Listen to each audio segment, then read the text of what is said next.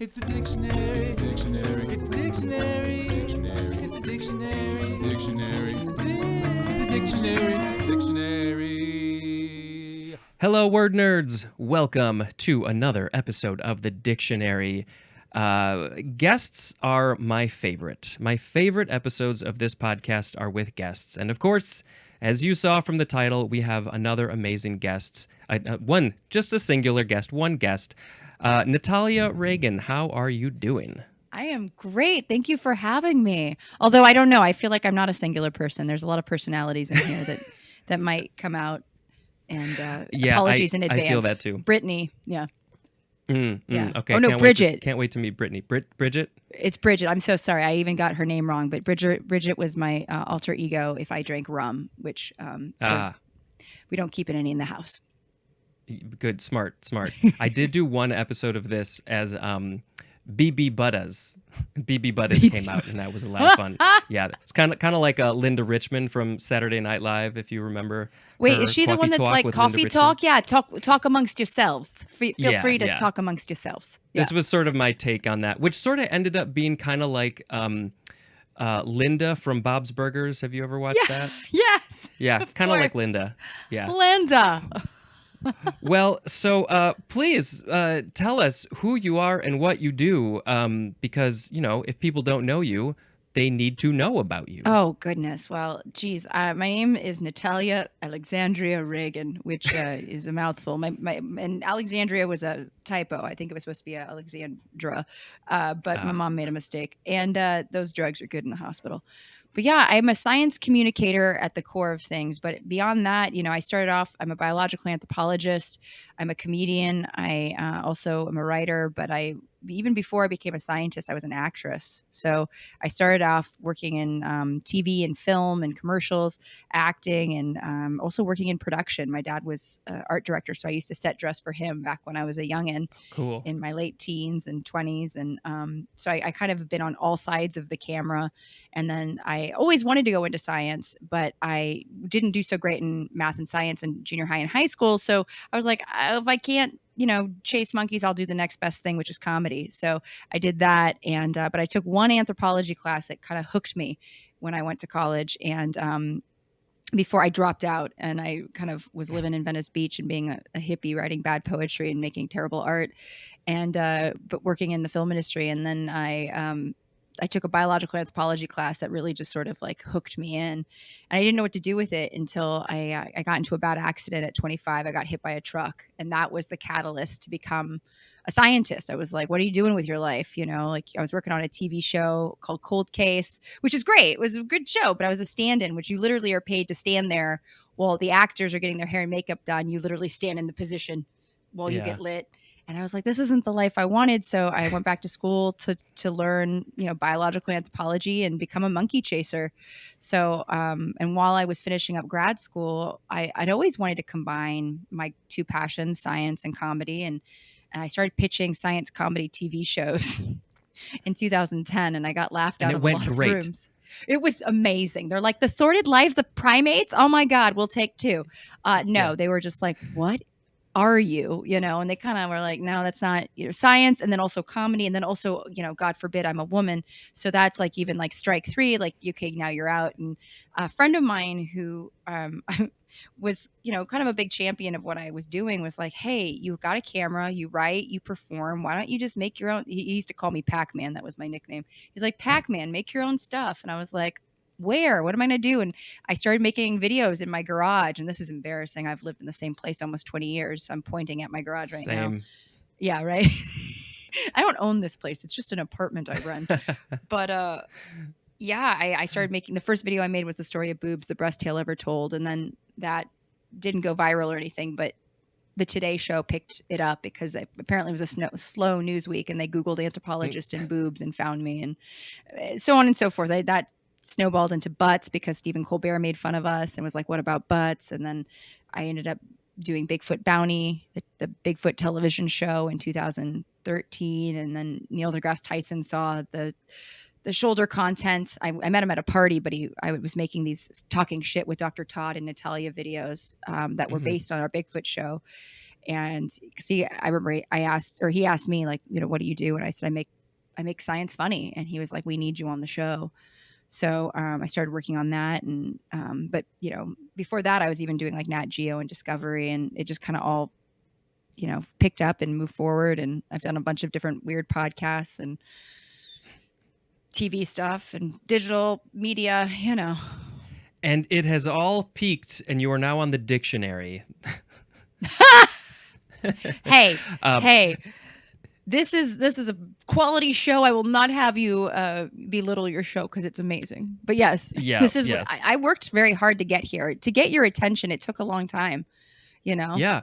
Well, so I mean, you gave a huge history there, which was exactly what I was looking for. I have a million questions, which I'm sure I have forgotten all of them now. I first learned about you from Curiosity Daily, that podcast where you took over for a handful of episodes. I think so. Oh, was that when she went on maternity leave? Maybe. No, it was Cody. Cody went on paternity leave, so That's what it was. Yeah, which is shout out to them for giving us like a good amount of paternity leave. I just have to say that. Yeah. But yeah. Yeah. So that's where I first heard about you. And then, of course, Ologies is one of my favorite podcasts. And your name comes up again for Butts. That was the Butts episode, right? Yeah, you got to get behind it, man. Yeah, it was gluteology. Yeah, so Yeah. I've known Allie for years, and she messaged me. This is before I knew that Instagram had DMs, and I'm a little old. And she messaged me and was like, "Hey, I'm doing this new podcast. I want to have a primatologist on." I saw that like 6 months after she sent it, so I was like, "Yeah, count me in." She's like, "Yeah, girl, I already did that like a long time ago." So it was actually Ashley when I was doing Curiosity Daily. Ashley and I interviewed Allie. And Allie was like, "Natalia, we got to get you on, but I've already had a biological anthropologist and a primatologist." And Ashley, I got to give her mad props because she's amazing, first and foremost. But also she was like, "Have her on about butts." And Allie was like, "Wait, what?" And so Gluteologies was born out of Ashley's butt, which thank you. Yeah, it had to come from somewhere. So wait, was that connected to the Colbert things, making fun of you and saying, "What about the butts?" Is that sort of where it stemmed from? Kind of. So when Colbert, I did that, the story of boobs, and that got me on the Today Show. And Colbert a couple days later made fun of us and was like, making fun of NBC for doing a fluff piece about tatas, right? And so he's like, "What about butts?" So friend of mine, this is 2011. So this is like, there was no throwing something on your phone and, doing a TikTok real quick. My friend who was in Boston messaged me. He was actually an old boyfriend from high school. He was like, "Hey, Natalia, you're on Colbert right now." And I was like, "What?" And I said, "Give me all the details," because I couldn't see the feed yet because I'm here on the West Coast. And he told me what it was about. And I started writing because I knew that in the next 24 hours, I needed to crank out a video. And I didn't know, my friend Brandon actually helped me. We shot it in my garage doing a rebuttal. And it's actually pretty funny. It's calling for Butt Week. And we shot it in my garage and we turned it around in 24 hours and I got it to their folks. But yeah, that was, and then I did Butt Week number 2 with Liberty and Just Ass for All. The butt puns are just, they're rearing and ready. But so that's how the butt stuff happened. Yeah, a lot of butts. A lot of butts. So, wow. Okay, so much. Oh, I'm also so much drinking. Stuff. This is I'm drinking out of a. This is. Oh yeah. Very silly. It's a Asspocalypse Now Butt Week 2013 vintage mug that says "Answer the Call of Booty," and my butt may or may not be on it. I gave my mom a set of these for Christmas that year, and she almost disowned me. Oh, I hope she gave them out to all of the family and friends.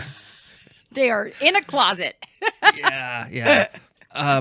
So, okay, what else is part of your history? Neil deGrasse Tyson, Star Talk. I was listening to that show regularly until a whole bunch of other podcasts fell into my lap. But so when did you start on Star Talk? So Star Talk, I was on the Star Talk All Stars. So there's the Star Talk, like the general show that Neil hosts. I think I only did one episode of that. And so I met him in 2015. I didn't come out to New York and actually shoot anything with him until 2017. But I hosted the Star Talk All Stars podcast all 2017 and 2018. And basically what I would do is I would cover a lot of anthropological topics, whether it was like whether Neanderthals and humans had mixed or got funky.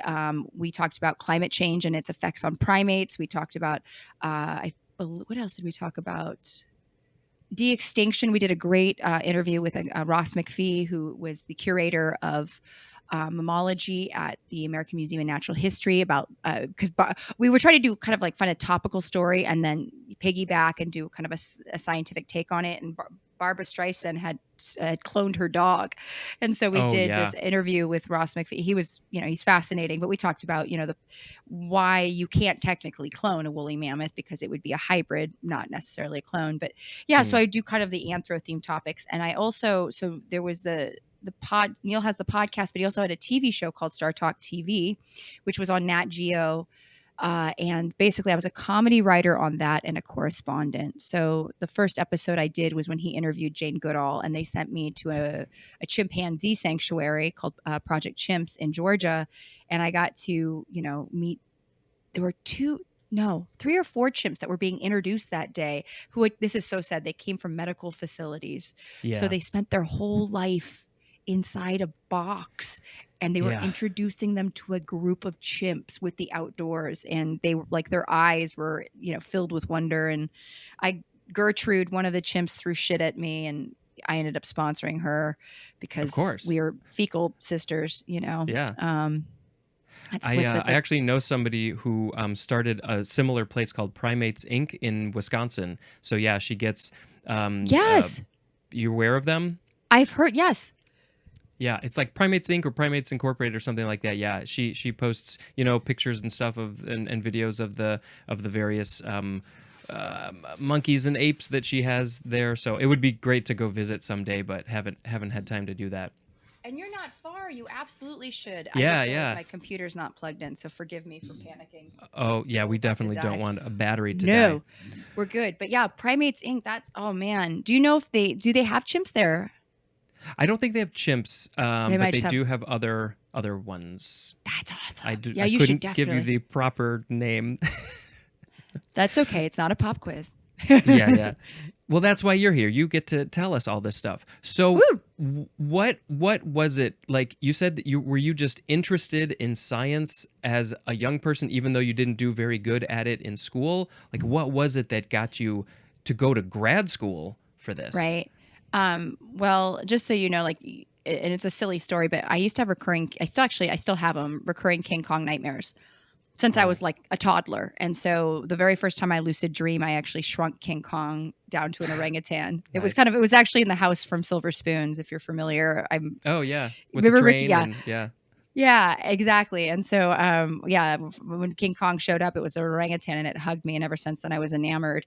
So I always loved primates. And in fact, when I took a zoology, so I dropped out of my first year of college as a theater major at UC Irvine, which was a great school, but I kind of had I grew up really fast in high school. There was a lot of things going on that made me kind of grow up fast. And I think when I got to college, I just wanted, it's so funny. I really wanted to be an adult, which now I look back and I'm like, why did you do that? But I dropped out and I took a zoology class, and they wanted me to go to the zoo and like pick an animal. And I picked this gorilla named Caesar, who had been reared by humans. He was called Caesar because he was the first to be delivered by cesarean section.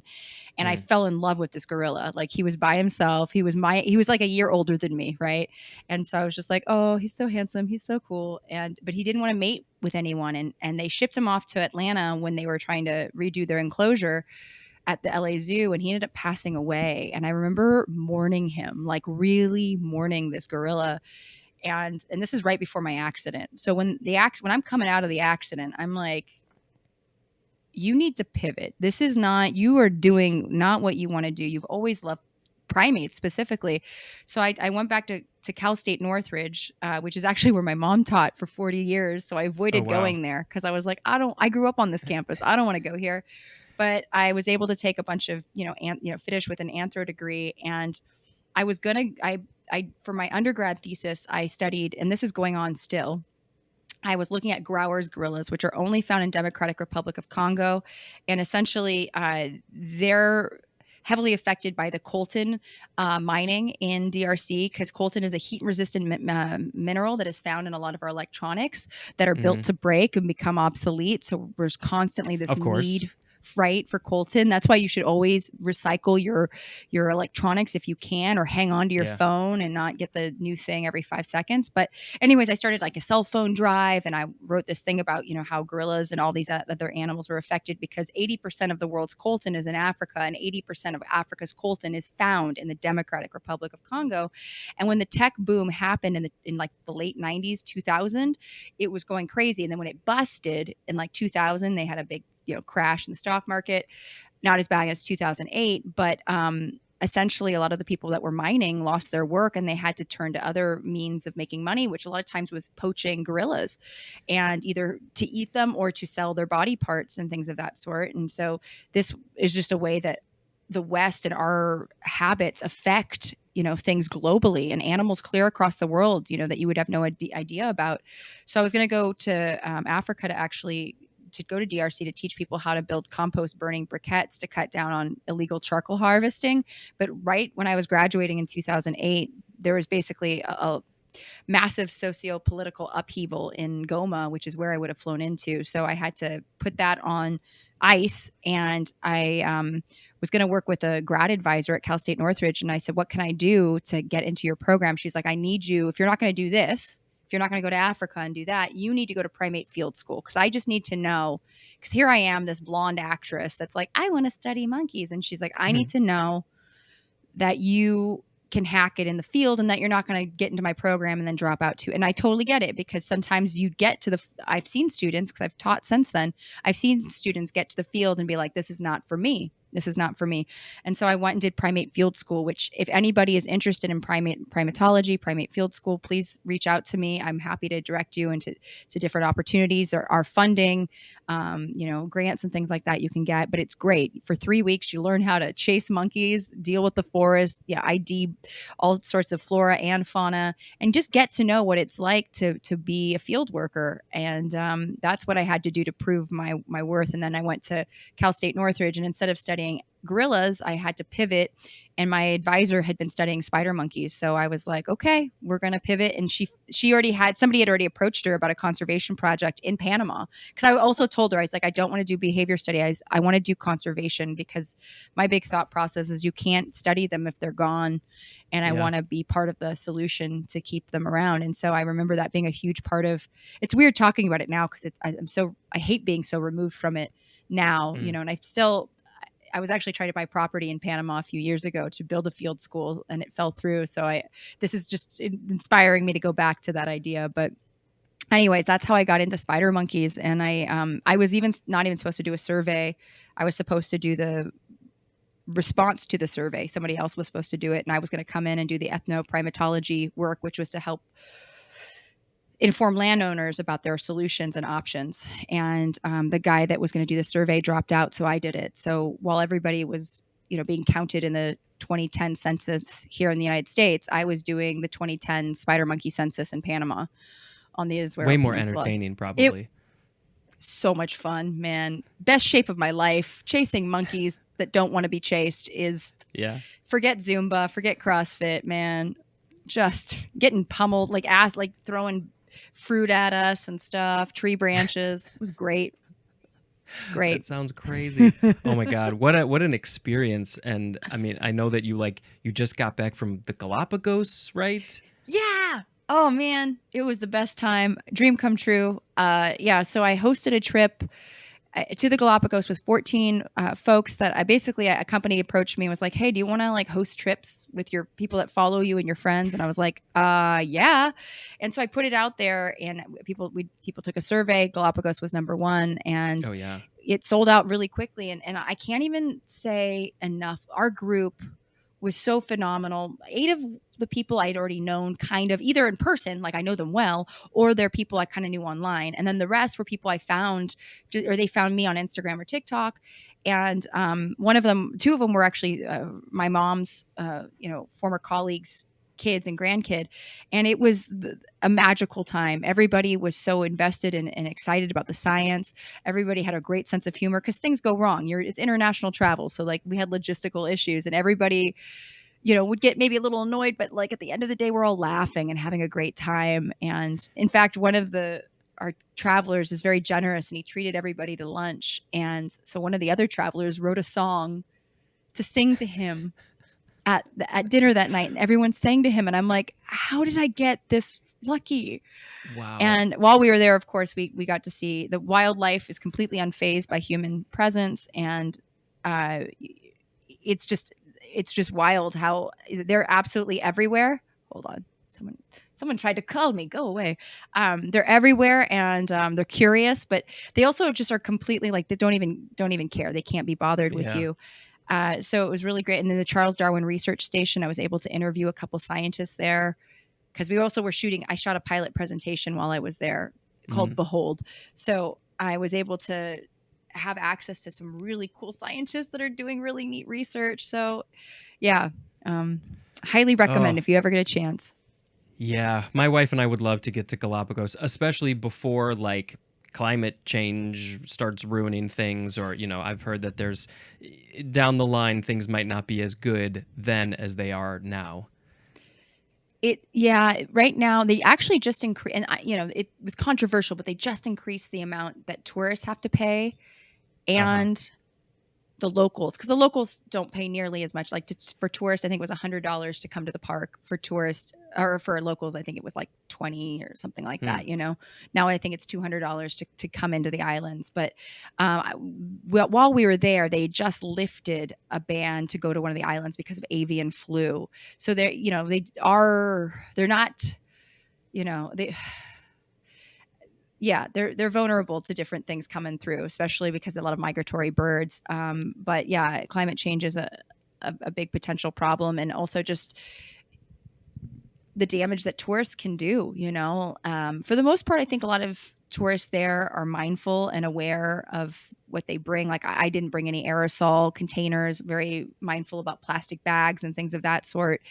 But some people are not as mindful. And there's also, it's a pretty inhospitable landscape. There's no fresh water on these islands. Like San Cristobal is pretty much the only island that has reliable fresh water source. So even that is a social issue, as we know, here in Flint, Michigan, in the States, water is not always a guaranteed right. And that can be a problem, socially speaking.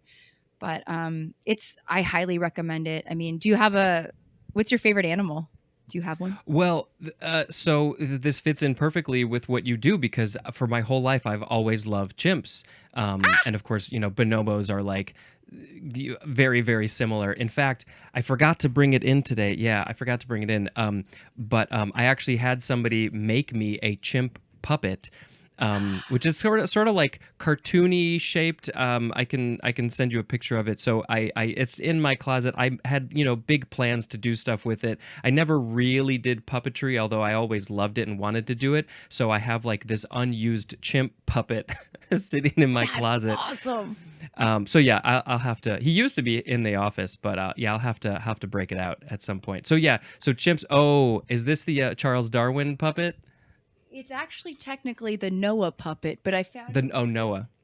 a wee bowler hat, which is somewhere around here, and you put it on his head. I mean, if you think about it, Noah and Darwin weren't so different. Both obsessed with animals, both took big boat voyages, and both married probably their cousin, Oh, sure, but of that course. is that. I do have it. Wait, hold on. This is the orangutan puppet. Oh, nice, So, nice. Yeah, Yeah, but I would love to. Please send me pictures of the chimp puppet, and I hope you get to do something with it. For sure. I'm realizing I have, most of my t-shirts are just graphic tees. This one is a rainbow that says we're all going to die. I love it. I should, thank you. But I should have worn my Darwin shirt, which has him holding a chimp. I don't know why I didn't think of that. Yeah, it's like I'm sure it's not a photo or anything, but it's Darwin sort of holding like in his arms a chimp. It's very cute. And That's I don't know really if he ever sweet. held a chimp, but yeah, it's like it's beautiful. It's evolution. Have you seen the movie Creation by any chance? It came out in 2009 with Paul Bettany. No. It's about Darwin. Okay. I was thinking of the new one, Creator, which I've heard was not very good. Creation. I have to look into this. I interviewed, so I wrote a chapter with the director. His name's Don Amiel, but in the movie, and this is in real life too, Darwin actually had a friendship, if you will, with a orangutan named Jenny. That was Okay. in London, and so he got to know this orangutan, which is I thought was pretty darn cute. And so when I do the Darwin and I wanted to do a Darwin and Jenny thing years ago, and I never did, but maybe it's time to get it back it's up. totally time. Yeah, Yeah. but I was going to say I had this out because I did I did a seminar for SUNY New Paltz yesterday about evolutionary biology, and I had this readily available. This is my Charles Darwin wearing a Galapagos tortoise, and I've had this for like 15, 12 years. It's pretty gross, but I did And wear of it. course, the two of them were probably born in the same year. Well, the 1800s. This is absolutely true, right? Exactly. Yeah, No. They're reminiscing right here. Oh my God. that's awesome. It's just Lonesome George. Yeah, Or right, Diego. exactly. There's a tortoise named Diego who has fathered 900 descendants. That's crazy. That's a lot of child support. Luckily, tortoises don't make money, as far as I'm aware. I mean, yeah, 900 maybe it's time. kids. Yeah, Right. yeah, they should help out. They should help out. Well, like I said, I do have a million questions for you based on your history, but there's no time for that. So maybe we'll have to do this again. But we do have some words that we should probably discuss. Are you like the most excited for these words? I'm so excited. Give me some Okay. words. I want. Let's some do it. words. Yay. Let's do it. The first word is evince. evince. This is a verb, a transitive verb from 1604. Number 1, to constitute outward evidence of. And we'll just go right into number 2, to display clearly. And the synonym is reveal. So a synonym is the word show. So we got another synonym. I don't know why they didn't combine them. Reveal, show. So you are evincing things when you are when you are showing evidence that maybe something exists. And evincible is an adjective. I'm trying to think of I don't know. It just seems pretty simple. Yeah, reveal, show. Not a word that I use. No, not exactly. That's for sure. I mean, I just took my first burlesque class, and I guess I did some evincing. Right? Evincing. I know it's You not. I'm going to try evinced? to. Yeah, I evinced. I wore a spider monkey onesie, so I didn't evince anything too risque, but it was. I definitely evinced something. Yeah, burlesque is very evincing. Yes, it is very evincing. Is it evincible? I guess it could. Is that where we could use the adjective? I feel like. I think so. If something is able to be revealed, then it would be evincible, right? Yeah. So yes. Like if I had a curtain here and behind it was some blue-footed boobies, I could evince, or The these boobies. boobies are evincible, and there would be my Yes, blue-footed yes. booby pals, which you have to go see. You need to go see. Are those in the Galapagos? I mean, I've heard of that about them for decades. Yes. They're not they're found in other places of the world, but they have half the world's breeding population is found in the Galapagos, and they're just such funny creatures. Yeah, I used to get those nature magazines, and of course loved nature shows, and so I remember hearing about these when I was a kid and be like, wow, that's a funny name. I know. Yeah, right. Let's see. The etymology for evince is from the Latin evincere or evincere, which means to vanquish. What? Or win a point. Okay, so that word is from the e prefix plus vincere, which means to conquer. So when you are, and then there's more at the word victor, and I don't understand how that's connected to revealing and showing things at all. I guess you're revealing that you are the victor. I mean, I don't even, because I'm like, vanquish is such a great word. I love vanquish. Yeah. Like that's a vanquish, just got a I nice, vanquish you. I like the mouthfeel of vanquish. Now For sure. The throw up. mouthfeel and the ear sound. Yes, exactly. The earworm that it is. Yeah. Yeah, but I don't see that interesting. Okay. Yeah. Sometimes the etymology is not helpful at all. It makes me more confused about the word. Was The it English 1604 language. you said, right? So that was a good year Yes. for evincing, right? Oh yeah. Lots of points being scored and Yes. conquering in the 1600s. Yeah, definitely. Lots of conquering, lots of smiting, I feel like. Yeah. Oh A lot yeah. of things smoted, Yeah. which is not a word. They got smoted when they were evinced. Okay, let's see. Then, so what I like to do after one word is done and we go to the next word, I like to make a sound effect, usually with my mouth. Is that something that you now? I mean, I can think of at least one thing off the top of my head because you're on this show that could be a fun sound effect. And so I would ask you this time. You could make the sound effect, and then after the next word, I could make the sound effect. We could go back and forth like that. Is there anything that is jumping out to your brain that you would like to do with your mouth with the sound effect? I mean, I can howler monkey call. I was thinking something along those lines. Apologies to my neighbors. Yeah. Oh, they'll appreciate it. So is that a big breath in?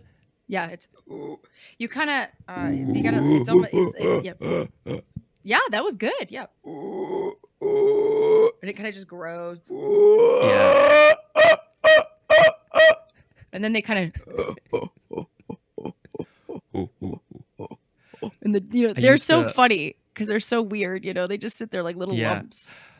Are they in Costa Rica? Yes. By any chance? They are. Okay, so Yes. I have seen them actually in person, way out there in the trees. And so yeah, I did get to hear a little bit of that in person once. Good. Oh, so good. I used to always love to make what I guess I assume was a chimp sound effect, chimp howl of some kind. I'm gonna have to pull this mic away. Do it. far. Do it. Yeah. That Kinda was like that, very maybe? good.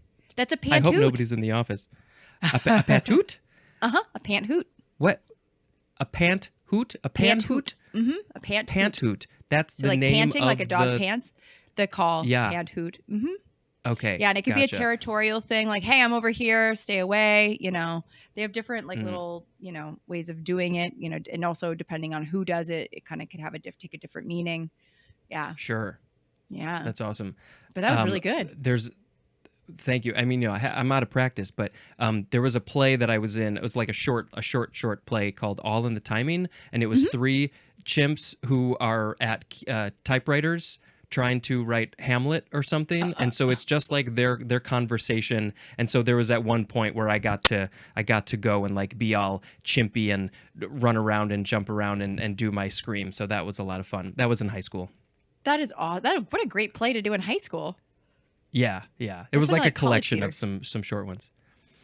Really? Okay, so you did our wonderful howler monkey. Yes. What was it? Yes, Howler monkey. The howler monkey sound. I'll even send you a sticker that I made that says, I made these for Burning Man because the theme was animals. The louder the call, the smaller the ball, because they found that in mantled howler monkeys, the louder their call, that thing that I just did, the smaller their testicles. I think it believe it. translates across species, if you know what I mean. Oh yeah, for sure. Yeah. Those Yeah. big trucks and things. Yes, it Big does. mouths. So yeah, after each word, we'll just make that sound or other similar sounds if we like Yeah. throughout the episode. All right. The next word is we're just flying through this today. The next word is eviscerate. That's a good word. Verb from 1599, number 1A. To take out, here we go, we're getting right into it. To take out the entrails of, and the synonym is disembowel. Oh, yeah. All right, what else do we have? Well, I mean, we could talk about that for hours. 1B, to deprive of vital content or force. So that's like your bowels are, clearly, obviously what give you your force. And, if you don't have those, you are emptied. And so you don't want your vital content. That content is pretty vital, don't you think? Yeah, that's, at the end of the day, you need these intestines. Yeah. It's like cutting they somebody help. off at the knees, right? Or the shins, also Yeah. very vital. Not as vital. I think I would rather have my intestines, my bowels, than my knees, maybe. This is true. Yes, I'm Yeah. with you there. Number 2 is to remove an organ from or the contents of. So you're removing the organ from a patient. I hope they're a patient and not your friend. Or the contents of an organ. So I guess in that context, it would be like you're taking the stuff out of the stomach for some reason, opposed to taking out the whole stomach. Either one of those is eviscerate.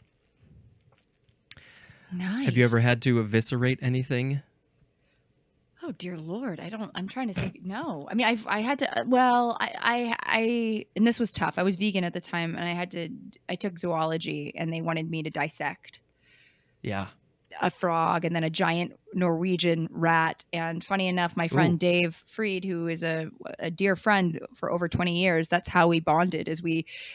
My teacher said, no, you have to do this to limit, because I was like, I don't want to do my own because I don't need to waste one whole rat, And he was like, well, Yeah. you can team up with this guy. And so Dave was my bud. And so the joke is that friends that dissect giant Norwegian rats stay together, because it's how we bonded. But so That's what they say, that was yeah. rough. That was what they say. But no, but I do like I talk about, orca whales are often known for disemboweling or eviscerating great white sharks.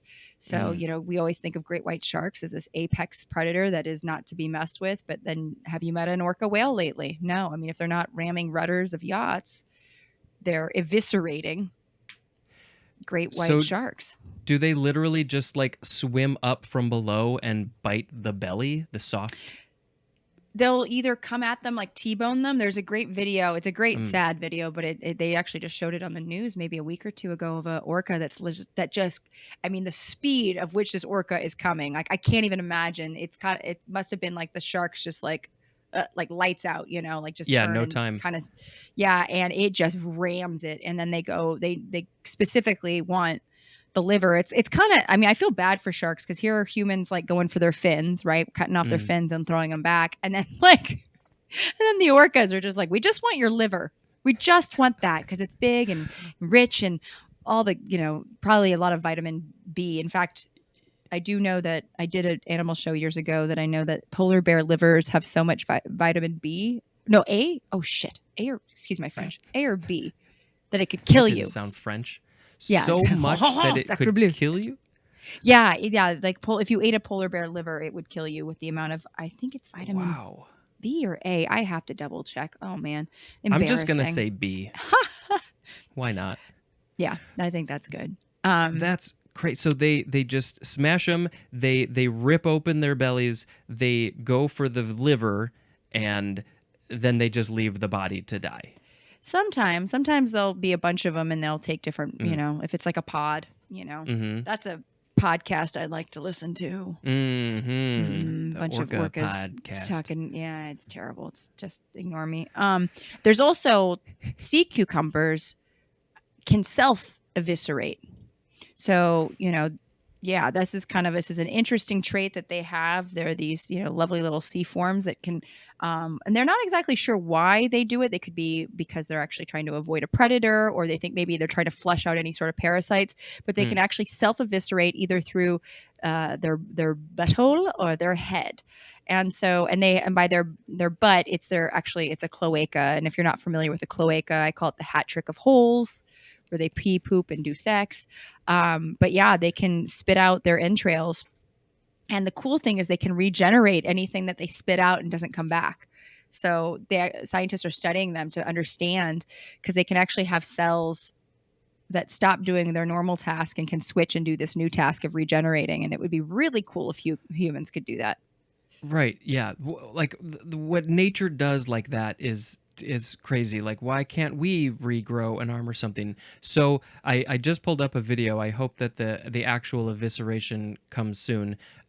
So they're like, I got a problem, so I'm going to shoot my bowels, whatever they have, shoot them out, either up ways or down ways, and some of this stuff. So that's what I was curious about. Is that it doesn't all come back in? They can't. No, it's not that like sort of eviscerate. They'll lose some of the stuff, and they can actually regenerate it. I don't think I've not watched a lot of them.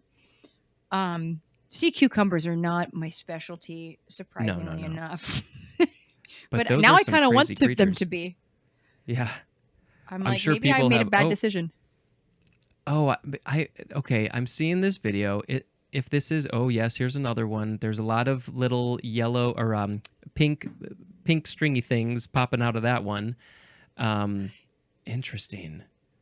Those are some of the more interesting creatures out there. I think the sea cucumbers. I feel like they do a lot of stuff that are like, what? Yeah, I feel like there's a lot of sea life that is absolutely fascinating, and and I love nudibranchs, which are hermaphroditic. They have Yeah. organs of males and females. So they kind of like, I don't need no man. They're they just do their Or thing. yeah. Exactly. They're just like, I got this covered. I can be whoever you want me to be, essentially. Yes. But yeah, there's a lot of really cool I don't know, just ways of doing life that is in the sea that I think we could learn a lot from. Like octopuses, Oh yeah. are endlessly fascinating. Their crypsis and being able to change colors and skin texture. It's crazy. It's crazy. I think they are going to take over someday, and I'm okay with that. The octopuses, they're like just be cool, be nice, and Right? change color. Teach me how to change colors. Yeah. Yeah. I'm all about it. People always ask if there could be Planet of the Apes, and I let them know we are living in it because technically humans are great apes, which is disappointing for a lot of people. Some of Yeah. us are greater than others, as we know, but I think it would either be macaque attack, there's many species of macaque. I think there's, depending on who you talk to, 23 different species of macaque monkey, but they are the second most widely distributed monkey on Earth. And they're like the temple monkeys, Barbary Yeah. macaques on Rock of Yeah. Gibraltar. They are just super scrappy. Scrappy is. I used to volunteer at an animal sanctuary, and they have a macaque there who's wonderful but terrifying because she's so strong and so also very strong-willed, Mm. But octopuses are the other one because they are just. I feel like we're just scratching the surface on what we know about them. I always feel like there's always Oh something yeah. big coming out. They're so incredibly smart, and how they can like squish into tiny little holes. And like, how did you? There was a story that I heard that like it was at an aquarium, and they found out that it was escaping its Yeah. habitat every night, memorized the janitor schedule or something, would like, this fish is bad, put it on its desk, put it on the human's desk, and then go back. Like, what? How? I can't even understand what they're all about. It's crazy. Yeah. I watched a video in zoology that was similar, where the octopus, like they kept finding dead crabs in the enclosure next door, and they're like, what is up with these dead crabs? And like, just shell, that's it. And they finally, like, I put a camera out, and then this octopus would pop off the lid, go up, Right. pop off go in, eat a crab, but then had the wherewithal to go back, which I thought, Yeah, like, it doesn't. I don't. Yeah, it's like, what? It's like, you know that you can leave. You can clearly go anywhere you want. Obviously, you want to be in the water, but like, yeah, like, no, this is good. I like this area. I'm gonna come back. I'm gonna throw out some things that I don't like, and I'm just gonna hang out here. Oh, yeah, Brilliant. we have a lot to learn about them. Super smart. Yeah. Super smart. All right. Eviscerate. Let's get back to eviscerate. Let's get back to disemboweling. What else? We have intransitive now. This is to protrude through a surgical incision or suffer protrusion of a part through an incision. So, I'm trying to think, like, the first thing I could think of was like laparoscopic surgery. It's not Yeah. that things are coming out of that hole other than the tools that they put in. I don't know. Can you think of an example? Protrude through a surgical incision or suffer protrusion of a part. Well, I mean, if like you've a got, hernia like, a wound, or something like that. Yeah. Yeah. I was just thinking of a hernia, but that's as far as surgery, I can't really think of. I mean, yeah, I don't know. Yeah. I haven't had any. Have you had tum-tum surgery? I've had 2 hernia surgeries. Oh no, I'm sorry. Yeah. Luckily, they weren't like particularly bad, but I had the one, and then like a few years later, I don't know if like the mesh didn't close up or whatever, but it popped out again or something. So yeah, Wow. great. Did you get it from lifting heavy things? I think Or- it was one of those genetic things that like you're just because males obviously are more susceptible to hernia. So I think it was just something that was there. And then over years, the intestines were like, you know what? I think we're going to slowly eviscerate out of Yeah. the muscles. And you're going to have to get this fixed if you don't want problems later. Right. They Yeah. evince themselves. They did. They were- revealed themselves in my lower abdomen. To be a problem, right? To be a Yeah, real exactly. big pain in the tummy. God, that's Yeah. no fun. I don't know. I've been very knock on wood. Well, I turned 45 in March, so I have to get a colonoscopy. Oh, so yeah. Good times. I'll get nice, good pictures of my my intestines. Yeah. But yeah, it's I think didn't Allie do an episode about her colonoscopy, like one of those field so. trip episodes? yeah. Yeah, lots of good Yeah. tips there. I've heard. Oh yeah. No, I did a video. I was doing some for the colon cancer awareness and then lead from behind because I did some, like I said, with the butt stuff, like when I did the whole butt week thing. I talked about colonoscopies quite a bit, but this was when I was Yeah. far too young to need one because I didn't have any problems. But then my boyfriend got a colonoscopy a few years ago and I made a video about it and they found me. And so I made like a tips video for just like to when you drink the prep and how to, Yeah, you can actually like use mixers and stuff, but like you have to be a specific type. And they like say chill it because it's going to be much better chilled rather than warm, which I don't know. We'll see. I'll get back to you, but I'm gonna definitely listen Yes. to Allie's podcasts because why not? Of course, but yeah. She goes deep into the details and like more details than you want to know. But yeah, I'm only like a year and a half from 45, so I'm gonna have to get that on my brain now. Thanks for the reminder. you're welcome. Yay. Okay. Just to finish up, eviscerate. Evisceration is a noun, and this is from the Latin verb eviscerare, which is it's just basically viscera. That's what it is. The viscera is Viscera. coming out. Yeah. Which is it's a visceral word. Viscera. It just grisly. It just feels like grizzle, like Another good visceral word. have you ever had menudo? I feel like you ever had, well, yeah, you definitely, I know you're vegan. So I that don't think so. it has tripe in it. Oh yeah, no, I don't. Yeah. And I had it as a child because, I grew up in Southern California. Our neighbors would make it for Christmas and it's a very gristly, chewy texture, Right. which I don't eat meat now. And I'm very fine with that. Cause I'm just like, Yeah. no, thank you. No, you keep your intestines, bovine. Yes, the viscera has been removed. Okay. On that note,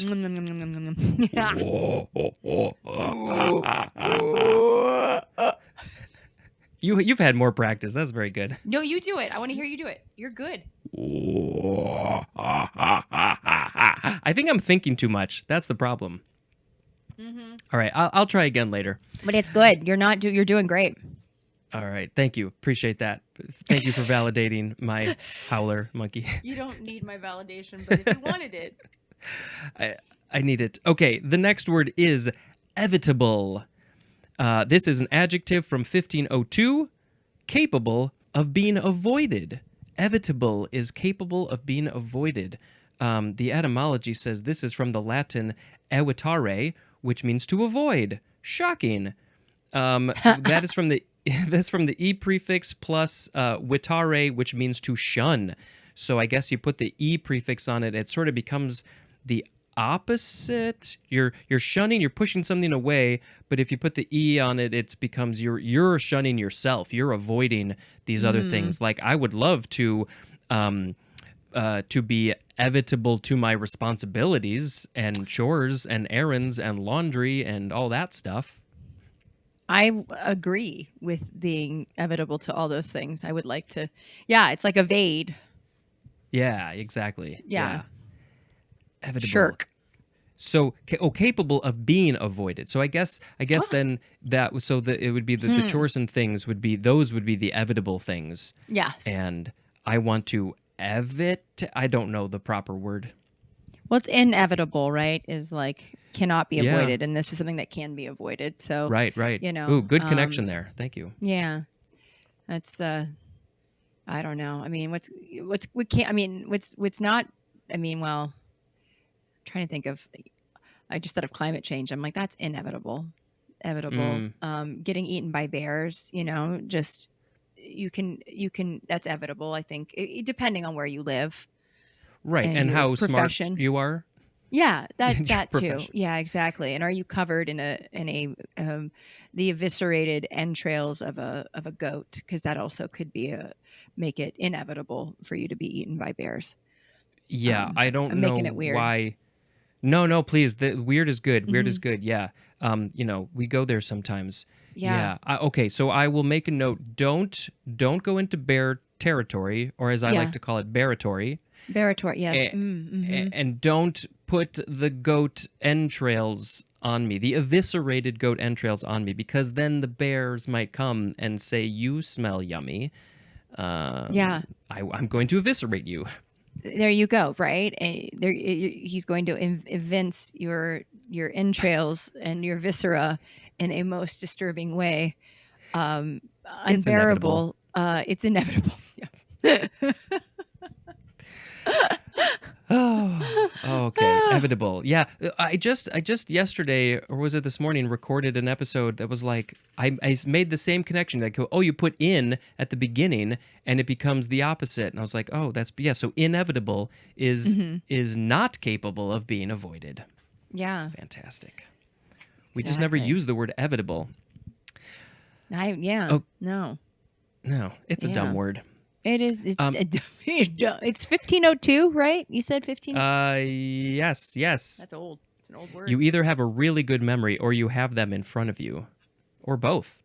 I don't, but I'm weird that way. I also remember the last one was 1599 because I remember thinking like party like it's 1599. Yeah. Was that Or eviscerate? Yeah. Let's see. Yes, you are correct. Oh man, that's fantastic. Or if in the Weird Al song Amish Paradise, I believe it's party like it's 1699. Get the sheet with the hole in it. Yes, exactly. Or is that orthodox? I can't. I get confused with my. It's probably multiple. Oh, this was funny. Years ago, I knew somebody who was rolling through La Brea, the street here in Los Angeles, a very big street in Mid-City, and there's a lot of Orthodox Jews in the neighborhood. And this girl who had never been to Los Angeles was just like, "Oh, I didn't realize you had Amish here." Oh, that probably happens daily. I know. I was like, let's go churn some butter. Yeah. Go get the horse-drawn buggy. It's your turn for a sound effect. The howler. Okay. Or any other. Huh? I was gonna say, or any other sound you want to make. Is that a specific animal or just a fun trill sound? It's just a fun shrill sound, but I can do. I'm trying to think of a good animal sound. Let's see. I mean, I used to do the or the. Yeah. I'm trying to think other. I'll just do another howler monkey. I'm trying to think what's a good sound effect. I don't know. Ooga, ooga.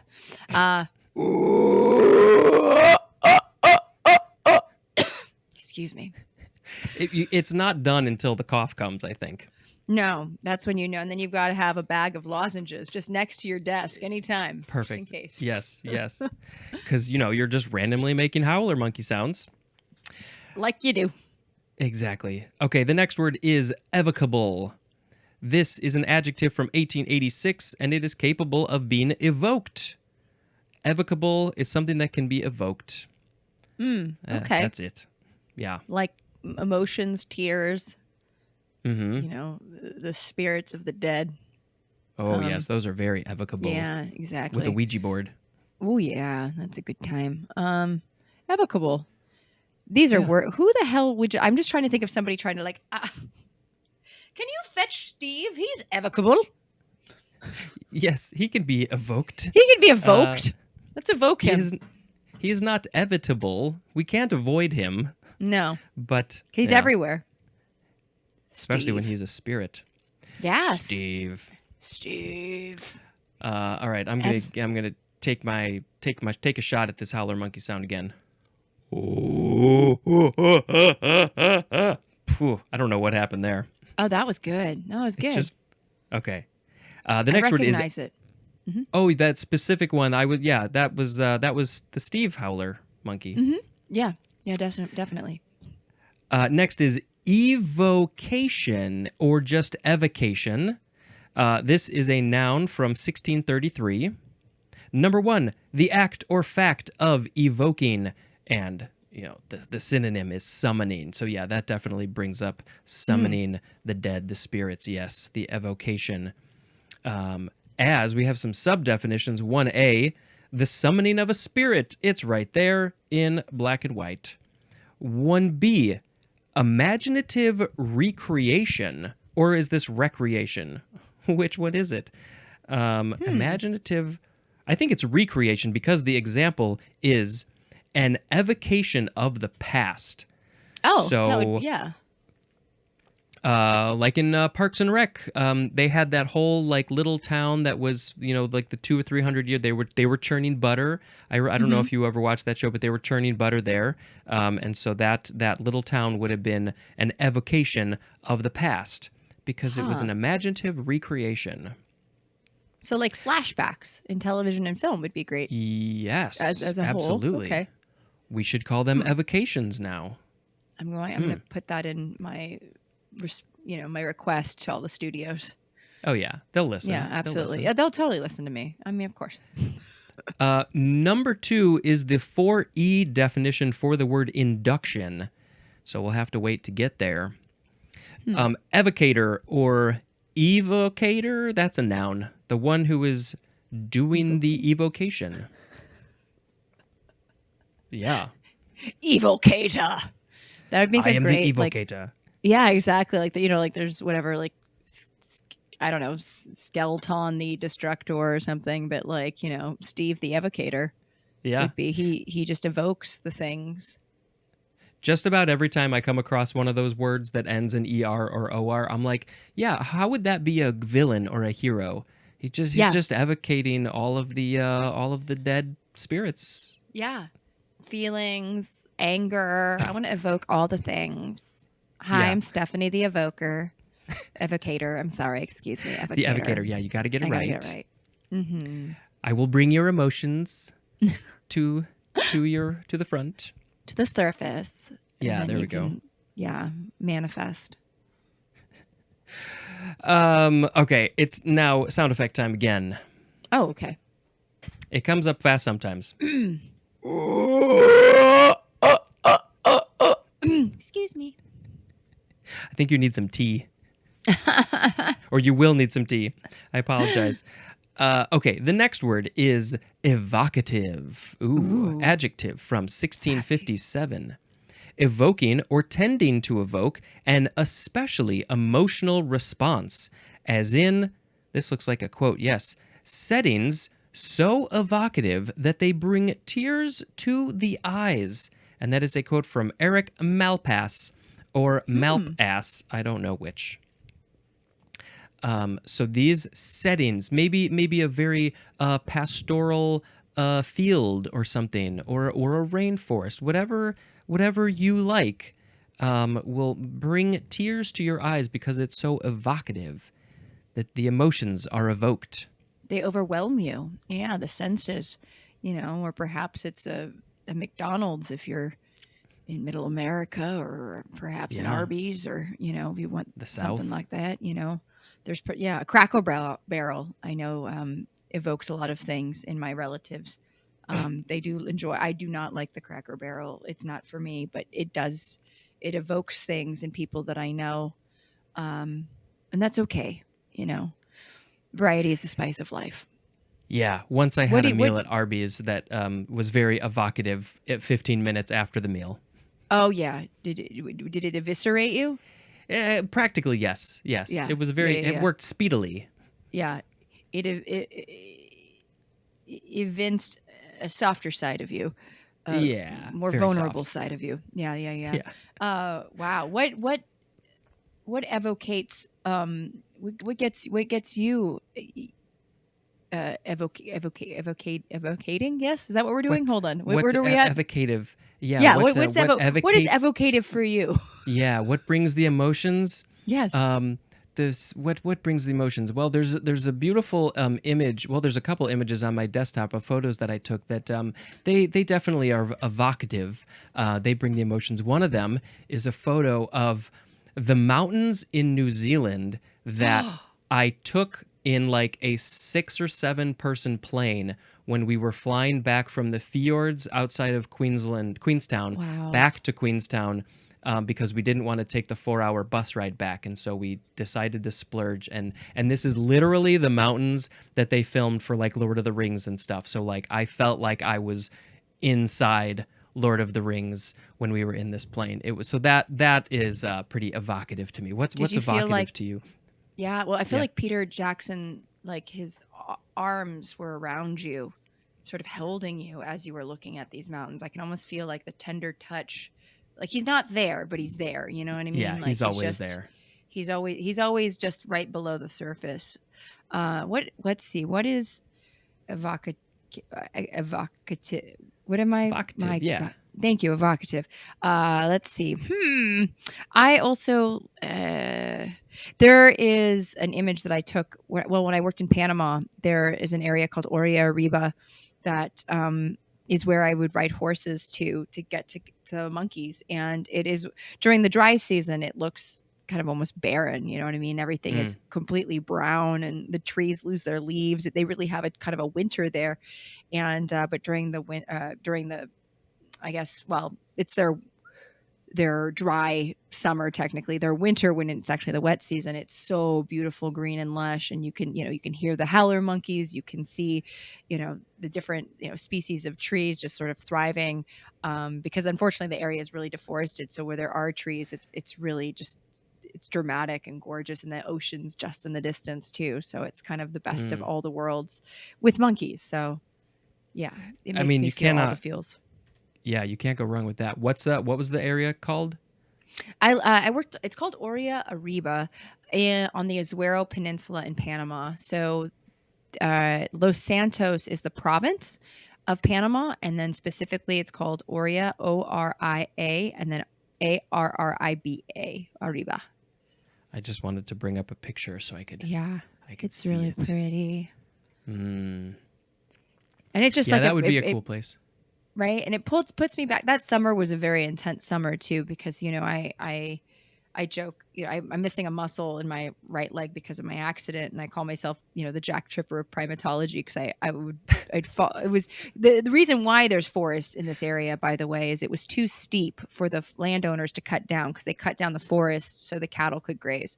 So they would leave this forest there because it was just too treacherous, and that's where the monkeys are. But that's where I had to work, and I have a bum leg, so I joke that I fell uphill, I fell downhill, I fell in love, I fell for my field partner.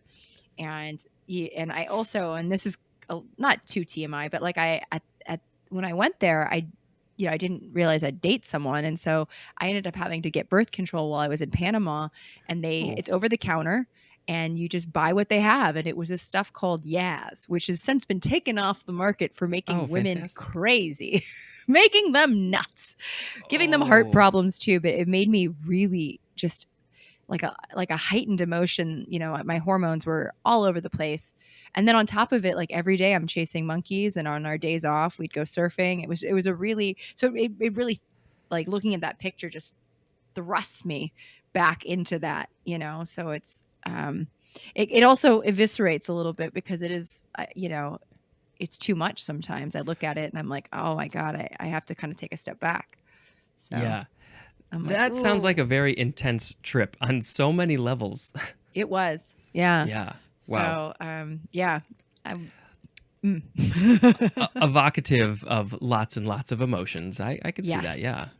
Yeah. Evocatively looking, that photo is affecting you evocatively. That's an adverb. And evocativeness. It has a lot of evocativeness. That's a noun. No etymology because it is related to our next word, which is, I think, is it my turn? I can't remember. Oh, all right. I think that was the best one yet from my ears. That was good. The next word is evoke. This is a verb from circa 1622. It looks like it's just transitive. Number 1, to call forth or up. As 1a, the synonym is the 2a definition for the word conjure. As in, ooh, this is fun, evoke evil spirits. Conjure the evil spirits. 1b, you are calling forth something like to cite especially with approval or for support, and the synonym is invoke. So that's interesting that evoke and invoke are synonyms. I hate it when English does that. That's confusing. Yeah. Number 1c is to bring to mind or recollection. So like remember something, which I have a hard time with. As in the example, this place evokes memories. I always need a visual to evoke memories. If somebody's like, did you see that movie? Did you go to that place? I'm like, can you explain what it looks like? Can you show me a picture? Oh, once I see that, now it evokes memories. And then I think we got one more. Number 2, to recreate imaginatively. A synonym is the word educe. And that's it for that word. Lots of stuff. I know I plowed through that. Yeah. No, it's good, but it has a lot of paranormal activity, if you will, kind of surrounding it in terms of like conjuring, getting creative and summoning and all that kind of stuff. I mean, what do you like to evoke? Oh, I like to evoke nervousness in people. Just standing around making people real nervous. No, I definitely want to evoke more humor in people. I do like, clearly this is what you do essentially for a living. I would love to be able to evoke more humor and more laughter in people, make people laugh. So, I feel like usually when I'm hanging out with my family, I don't really talk a lot, but if somebody says something, I'll just throw in some stupid, weird Spencer joke, and everybody laughs, and I'm like, yeah, good job, Spencer. You made everybody laugh, and now they can go back to their very serious conversation about politics or whatever it is, which I don't have a lot to say, but I will make you laugh periodically. It's quality over quantity, Spencer. Oh yes, yeah, definitely. That's something to be said. I mean, for that, I can hurl out a bunch of really bad one-liners and wordplay and puns for days and get eye rolls. Yeah. To the nth. I don't know. I feel like it's nice to have the quiet one just sort of toss out a good zinger, and you have to like ruminate. That's a good dictionary word on it first before it really hits. My brother is one of the funniest people I've ever met, and he's very quiet, but he'll just say something underneath his breath, and I just die. I always put him. I love putting him in my videos because sometimes he'll do some improv, and it's just it slays because it's so understated, and just kind of sort of slips it in. It's like that accidental learning that sometimes we do in science communication. He does it with comedy, where it's like, wait a minute, did you just? Oh my god, that was good. Yeah, so. It's like, oh wait, that was way funnier. Like it takes a second to process. Delayed reaction comedy. Yeah. What do you like to evoke in people or yourself? Well, kind of the same in terms of I want laughter. I would love to evoke at least a smile, if anything. But also, I don't know, as a science communicator, I definitely it's a challenge when you're talking to not the choir, right? So to evoke, even if it's a challenge to what I'm saying, that can be something. But maybe just a change of heart sometimes, or a new perspective on something that someone maybe thought they already had a very clear perspective on, right? Especially if it's something like evolution, which we'll get to shortly, or things like climate change and primate studies, or even when I hosted that Bigfoot TV show, I'd tell them something that kind of broke their brain, like, oh yeah, primates do this and they can't do that. And they're like, oh, that means I have to change my whole theory. That doesn't necessarily mean they did, but maybe they did, maybe they Right. like considered it at least. So Yeah. yeah. I definitely feel the same way, that I want to evoke more knowledge, more openness, more whatever to people that I feel like are just so closed off to acceptance of other people and science and all those things. I talk about these things all the time on this podcast, and yeah, I definitely want to evoke all those things in people to like, wait a minute. But yeah, again, it's like preaching to the choir. How do you get, this is what I struggle with, how do you get those thoughts, those the facts, the whatever, to the people who don't want to listen to that stuff? That's the challenge. Yeah, no, I hear you. I definitely feel like you have to find, and that's why humor, I feel like, is my way of sort of evoking that. Is because when you, first of all, if they're laughing, they're engaged, they're listening, right? Yeah. That doesn't necessarily mean they believe what you're saying or like what you're saying, but that means they're still listening. I feel this with students as well. My friend Julie Lesnick used to always say that, like, if they're laughing, that means you still got them, right? And so, that doesn't mean you're changing hearts and minds, but I also think that, one of the things I also like to evoke is just like, I don't know, vulnerability. I want people to feel like they can feel like I'm safe, especially sure. like when I just hosted that trip in the Galapagos. I definitely wanted people to feel like they were in good hands and they could trust, right? Because I know for me, yeah, like you can come to me and I have to, it's something I have to work on, because I know I can be pretty uptight. I stopped drinking in 2022. It wasn't necessarily a huge problem, but I definitely noticed that it was changing just the way I walked in the world, engaged with the world, the way I, my anxiety, drinking is terrible for anxiety, whether, you're doing it or not, either you want to drink and you're anxious because of that, or you did drink and you're anxious because you did. And I'm just like, it's so nice not to have that I feel like a bit more at peace with myself, and I kind of want to help others feel that peace too. Although I still am struggling to be a chill, because I can be pretty amped. Yeah. Life's a struggle, just till the end. Right? We're constantly dealing with stuff, and it's like, when is it going to end? Well, when it ends is when it ends. Yeah, it's always, yeah. So I feel that. Yeah, for sure. Okay, we just have a few more. I think this next word might be related to evolution, but I'm not entirely sure, and I haven't read it yet. So, can you please make a fantastic sound effect? So should we do a different one? I feel like I don't know. Go for it. Yeah, I don't want you to like have laryngitis tomorrow. So yeah. Oh, no, I won't get laryngitis. I just want to mix it up. I feel like we could do. I mean, it's going to be an animal. I'll probably just do a. Oh yeah, that cat has something to say. Opinions. The next word is evolute or evolute. This is a noun from circa 1736. Ooh. The locus, okay, this is not what I thought of. The locus of the center of curvature, or the envelope of the normals of a curve. I kind of understand it. I know that circles and ovals have focus points and things, but that's about all I know.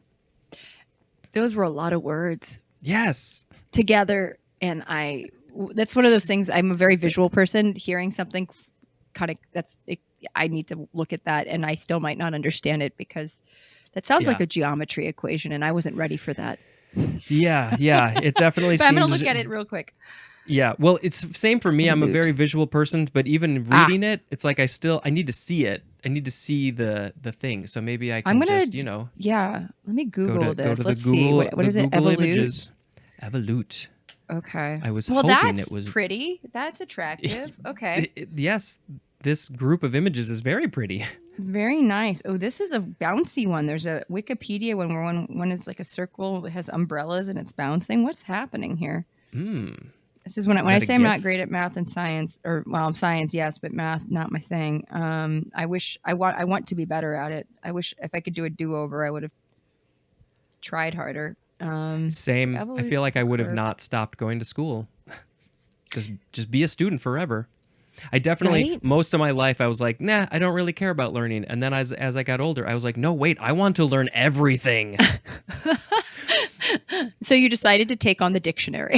Exactly, which is everything in the universe. That is hilarious. I love. Which is Oh why I my love having gosh. guests on like you, because you can like teach me things and explain things. Like I can talk about evolution to a certain level, but like not the way that you can. Well, thank you.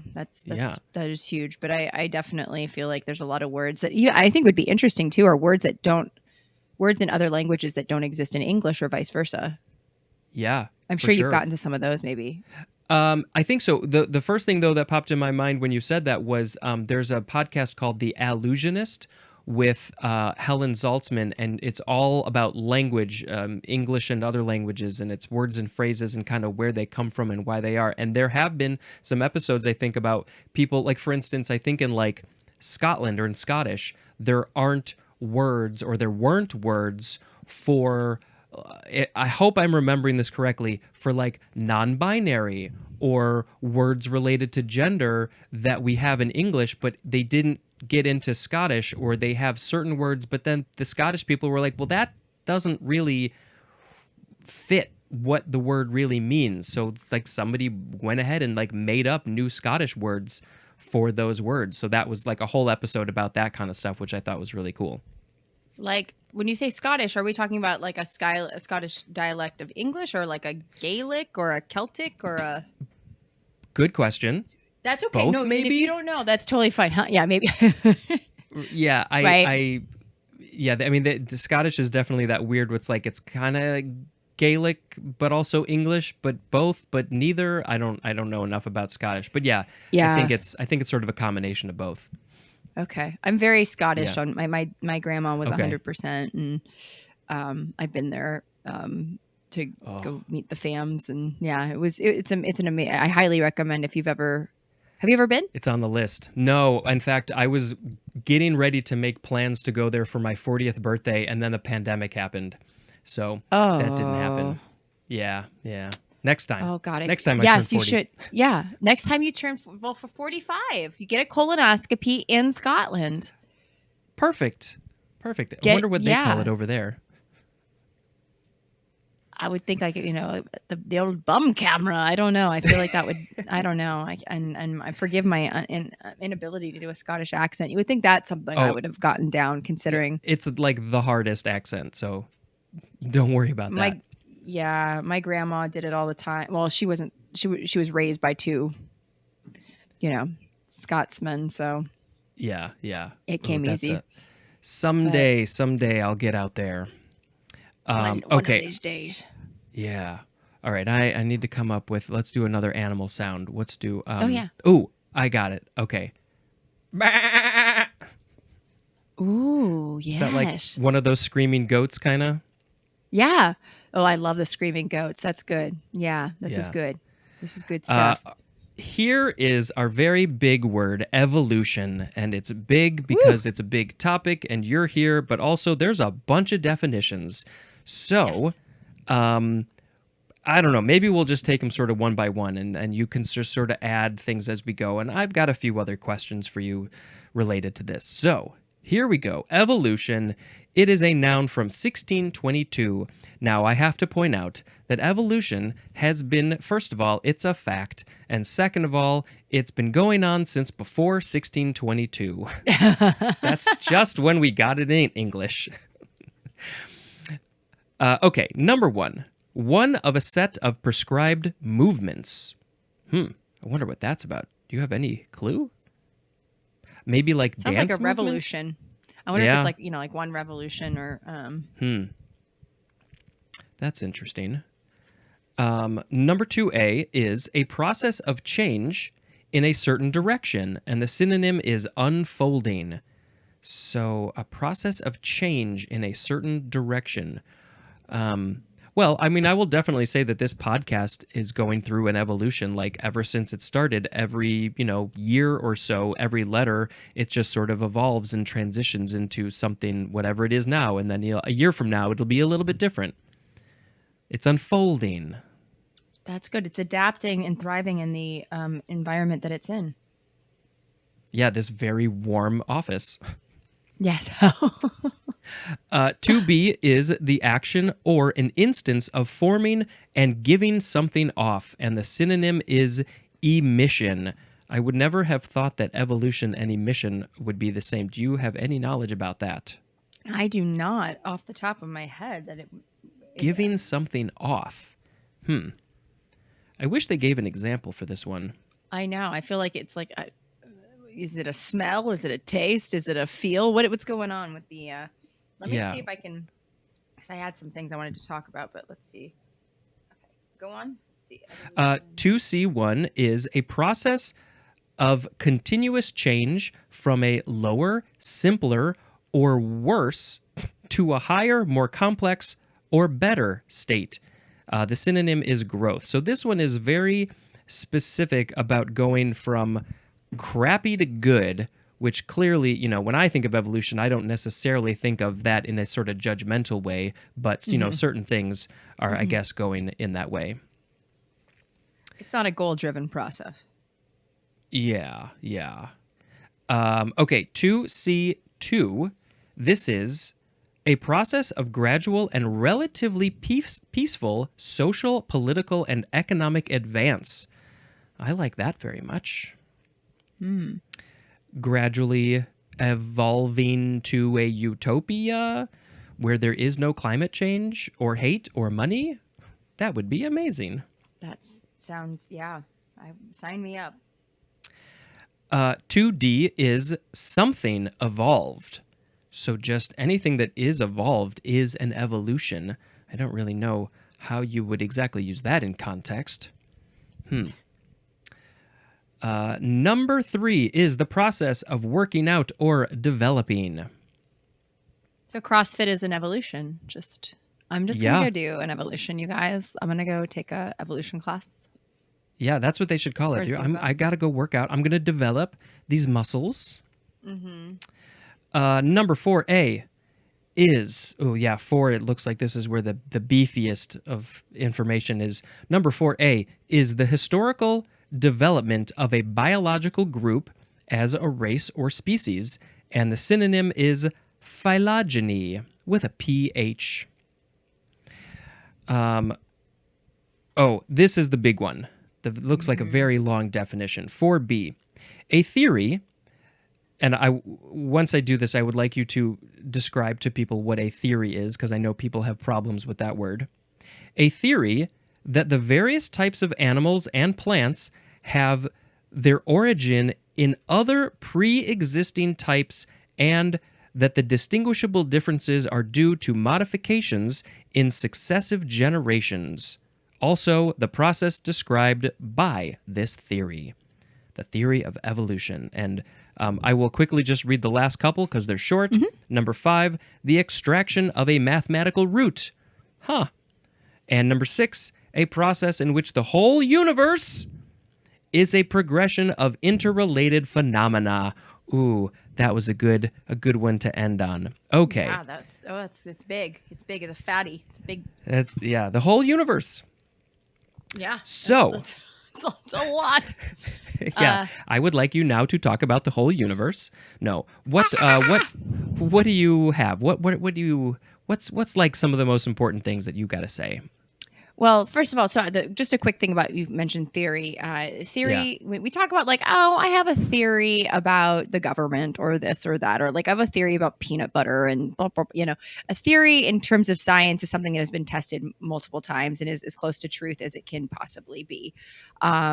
So, it's not necessarily a law, but it is pretty close to that. So it's not like, Darwin just had a hunch. No, it's much, much, much more than that. And, a hypothesis would be more of probably when we throw out the word theory, that would make you have more of a hypothesis. But even a hypothesis is a well-informed opinion or a well-informed guess, right? Yeah. Well-educated guess is the best way of really putting it.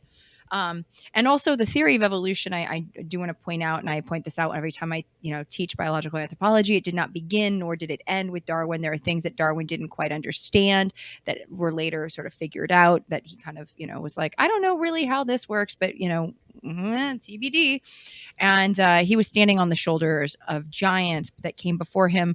A lot of them were old white European dudes, but that's not it. I also like to bring up there were other scientists that were not from Europe that were way preceded him. There was a man named Al-Jahiz that was born in Basra, Iraq, who actually wrote many books about like zoology, biology, wrote the Book of Animals, and talked about this idea of what would later be called evolution 1,000 years before Darwin was born. 1,000 years. Jeez, basically. Okay. Yeah. And so that's to say that it did not begin or end with Darwin, and it wasn't just old European dudes. But yeah, he basically was standing on the shoulders of like Cuvier, who came before him, that we talked about catastrophism. And then there's Lamarck, who talked about acquired traits, which you might, if you've taken a bio class, you might see Lamarck's idea of evolution, which was a giraffe trying to eat leaves. And in Lamarck's version, the giraffe's neck gets longer throughout its lifetime, and that's how it passes it down, which he was close, right? Like it's not a bad idea, but we don't get like I'm 5'5". They told me I was going to be 6 foot tall. As much stretching as I do, I'm not going to become 6 foot tall in my lifetime unless I get limb extension, right? But it's more the idea with Charles Darwin's idea of natural selection, that the giraffes that happen to be taller get more leaves, are able to have more offspring, and then that's how you get taller giraffes over time. But yeah, I mean, it's a lot. It's so funny. I just did a lecture, like I said, for I think I mentioned it earlier, for SUNY New Paltz, which is a school in upstate New York, about it's an evolutionary science seminar. But I talked about Charles Darwin publishing on The Origin of Species, the idea of evolution by natural selection. And but there's many ways of looking at it, and that evolution is not just evolution and like the term survival of the fittest are not the same, right? Very different.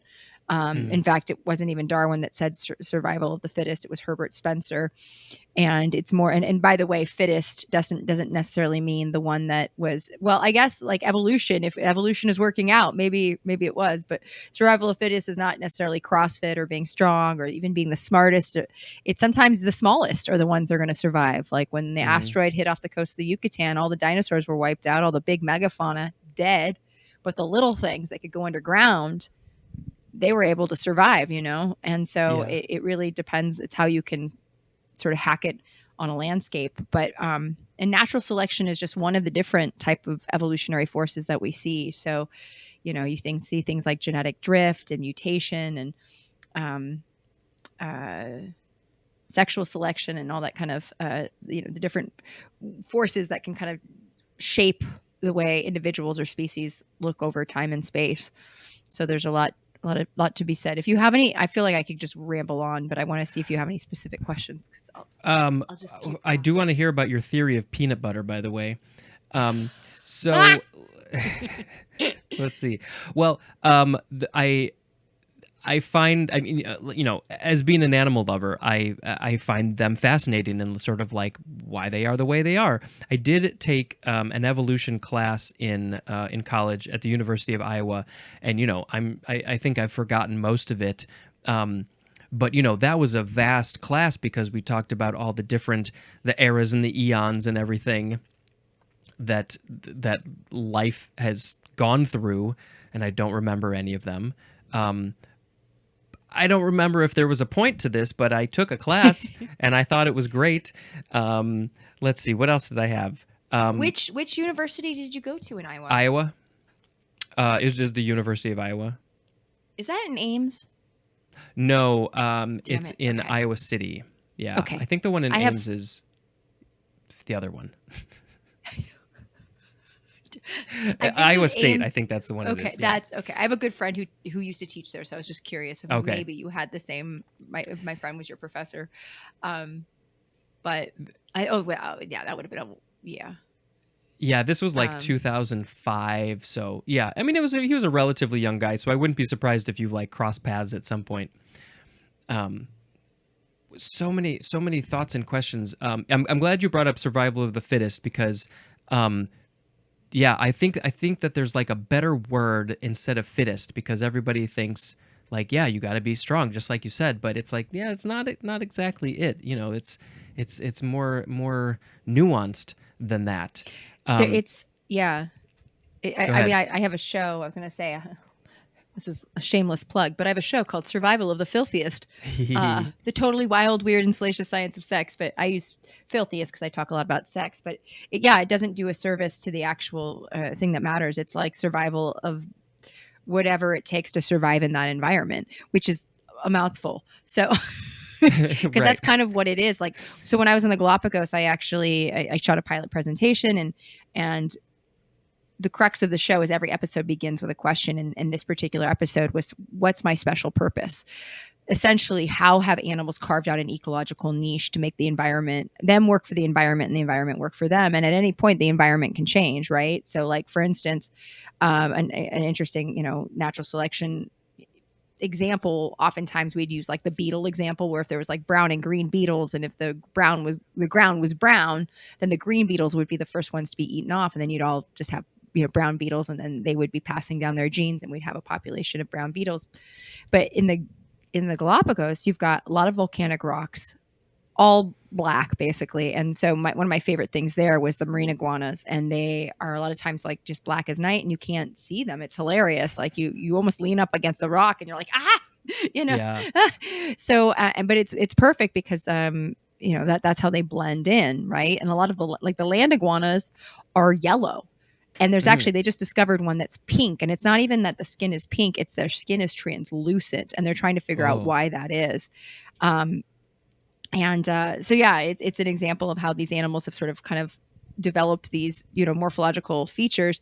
Another great example is like they have short snouts compared to land iguanas. Land iguanas have a longer snoot, and they have this little tiny snoot because they're trying to access algae, which is oftentimes, in places where they, if they had a long snoot, it might be harder for them to get to. They also have flatter tails for them to swim, and that actually helps propel them versus having like a kind of a more tail with a higher profile. So there's all these kind of like neat little ways that these animals, like Galapagos tortoise, has so much fat with a lot of moisture in it that they can survive a year without food or water, and this allows them to do well on islands that have no fresh water, because there's very little fresh water on the islands.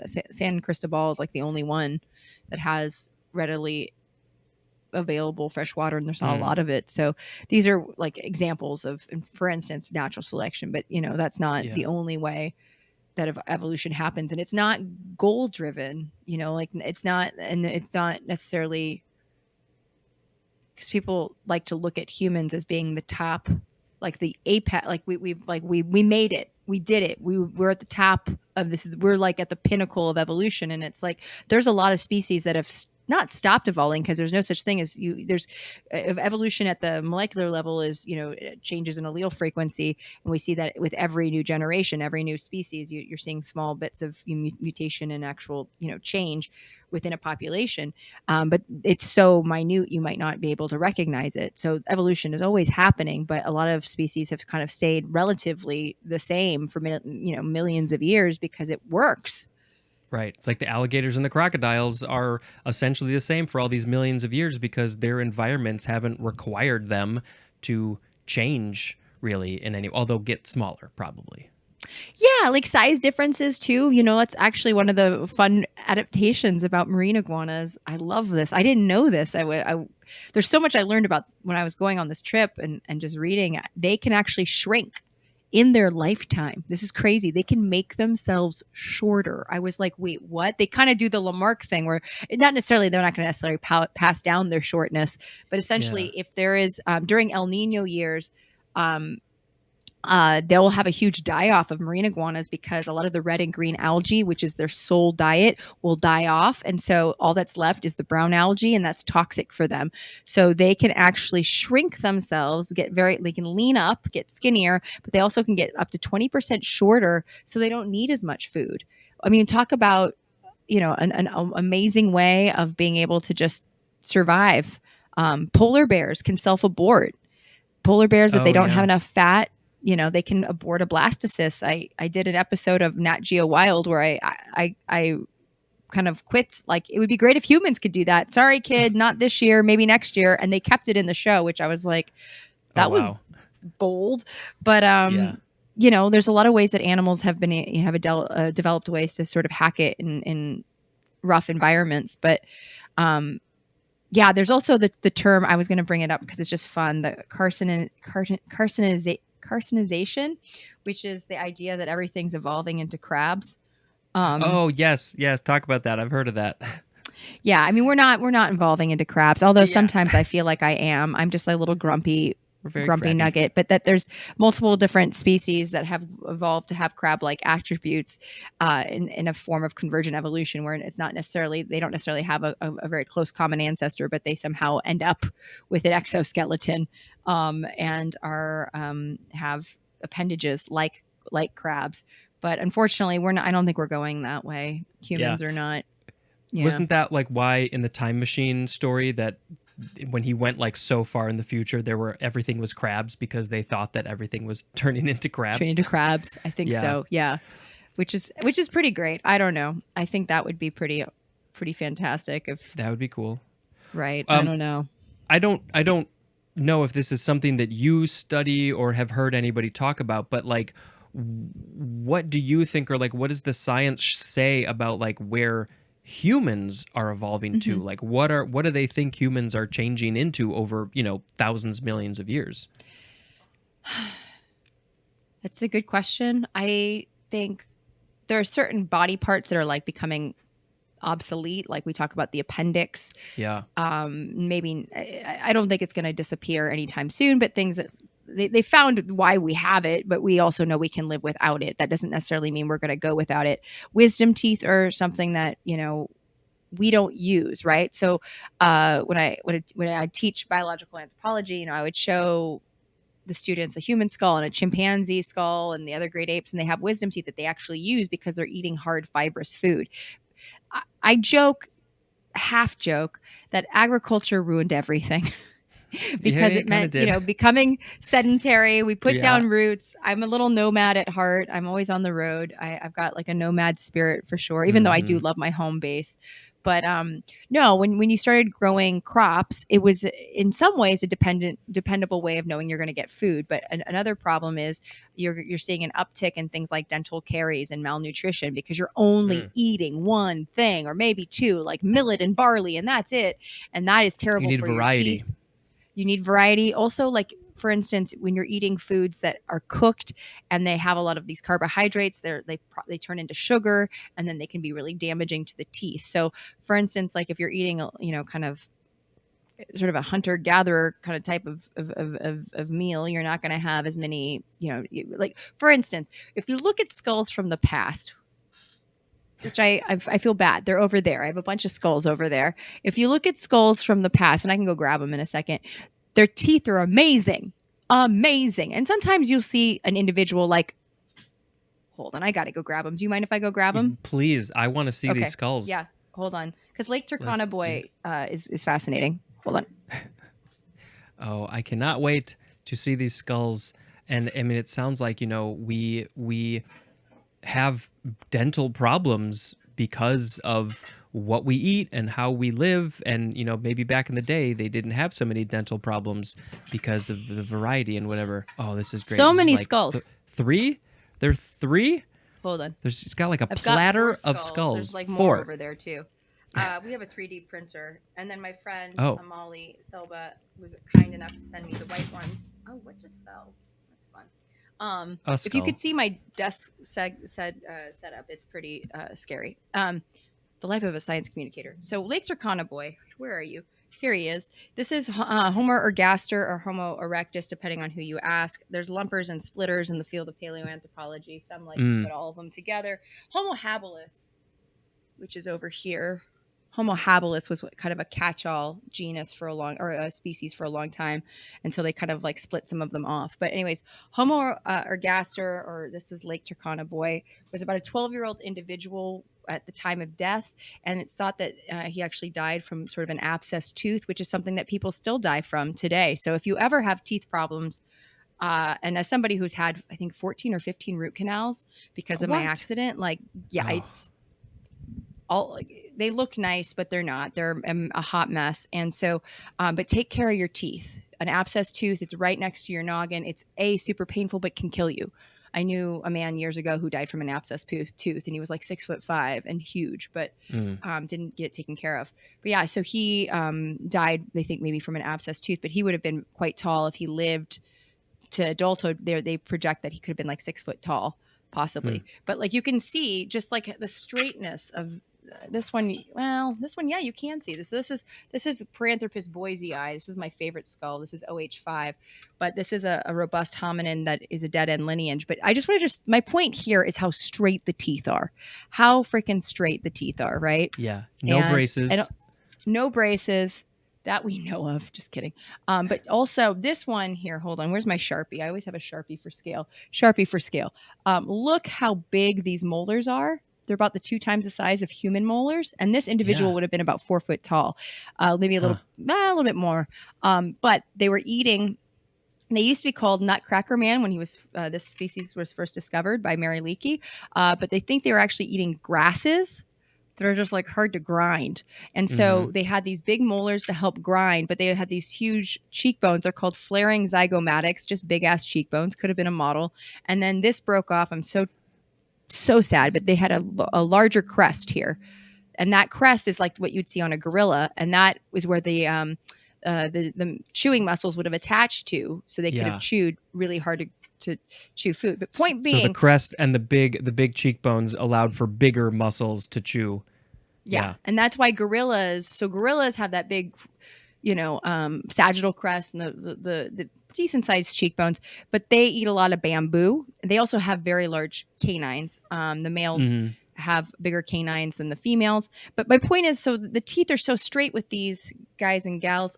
This is also a Homo habilis, missing some right here. The light is not the best, but you can kind of see very straight. You know what I mean? I don't know about you, but I had to wear a retainer for years and then braces, like the most effed up teeth. Right. But a lot of it is, eating these foods that meant that the teeth weren't always in the best shape. Things, moved around. And wisdom teeth are not really necessary anymore. Unfortunately, they can get infected, can be problematic. I will often joke that if it wasn't for Western medicine and dentistry, I would be dead by now. A lot of us would be. Right? A lot of us would be. And so it's something to think about, that eating the processed food that we did when we were, our ancestors were becoming more sedentary probably affected this. But yeah, it would be interesting to see how teeth change over time. Yeah, I mean, there's always like the projection of what humans are going to look like because we're always on our phone and kind of having the hunchback. I always have to remind myself, shoulders back, but same. These are the things I think about, What even about things like shoes? Shoes? Well, being barefoot versus wearing shoes, and just like, the way feet are developing, and not anything too major, but just, something to look at if you're a person that has been outside and been barefoot your whole life versus what it looks like if you're a shoe wearer. But that's in one's lifetime, not necessarily. And also, like, what types of shoes are you wearing? Are you wearing high heels? And that's going to, not just your feet, squish your feet, but you have effects to your legs and your back and everything. And I think about, like our brains, like I've heard that like eating meat is what supposedly made our brains bigger. So, how is the size of our brain changing? What about our eyes? And, like, I don't know. I don't expect you to have any answers, obviously, but like, these are just like the things that I think about of like where the human evolution might go. Sure. And just to get back to the eating meat thing too, because so there's different theories of why we walked on two legs. We do know for a long time we didn't know if we walked on legs first or if our brain got bigger first. And we now know we definitely walked on two legs first and then our brain got bigger. But why? So brains are very expensive organs. They need a lot of calories to fuel them. So there's the theory that eating meat and having that increased protein would have helped, right? Like, and that is also the advent of, well, not advent of fire. We didn't invent it, but being able to harness it and use it to our advantage. But also not just that, being able to just cook anything, right? And so like if you think about cooking tubers, root vegetables, that is also an idea of how we kind of got that bigger brain too, because again, carbohydrates, high in calories, high in, starch that could help fuel a brain. So it's not necessarily just meat. As far as the theories go, I forget the name of a book. I'll send it to you later, but I know there was a book about cooking and how that changed, our possibly led to, encephalization or the increased brain size to body size in our ancestors.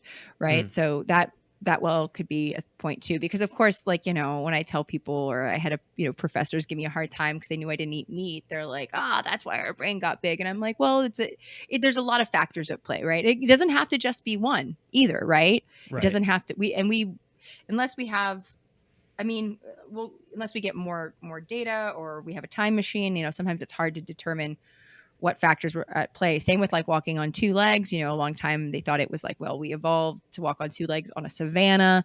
And so standing up made sense because we could see predators. But now it looks like with the recreation of paleo environments that we're not learning to walk on two legs necessarily in a savanna, but it would have been more of a forest. But still, like, you can watch non-human primates walk on two legs because it happens quite a bit with chimps and bonobos or even gibbons. They'll walk on two legs and grab branches, like walk on the branches on two legs, but also use their arms to kind of grab the branch above, so that could have been something, so they're just kind of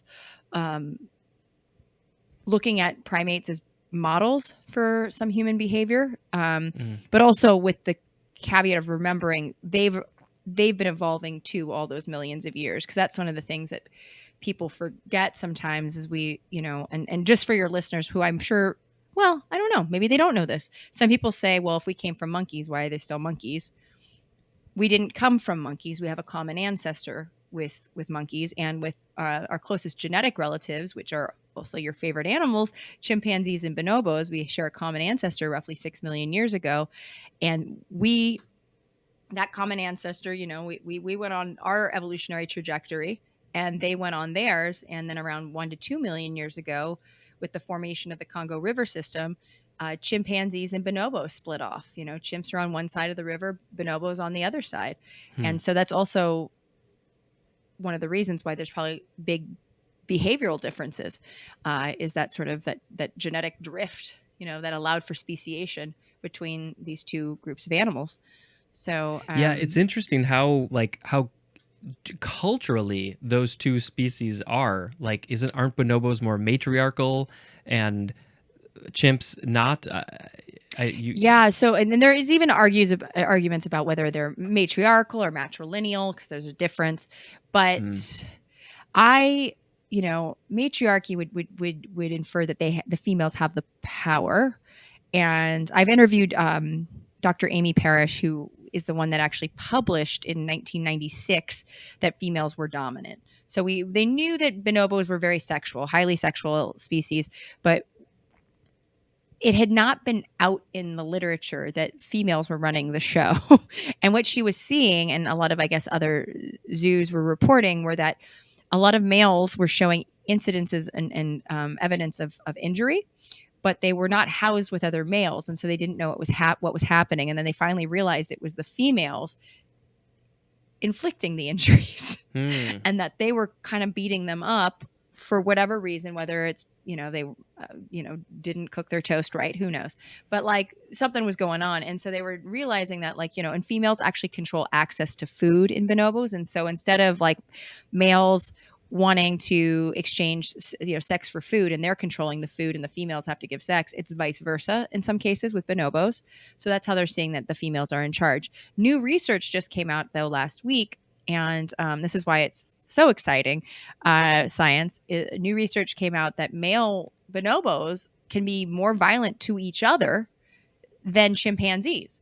I haven't read all the new research because my question is, are they killing each other? Because like in chimps, they'll straight up kill each other. Whether they're more violent, I mean, that's, that could be the case. Maybe more Murder's pretty incidences of violent. violence. Murder, yeah, like that's like that's like, the creme de la creme, I guess, of violence, if there Right. was such a thing, Yeah. that sounds terrible, but murder.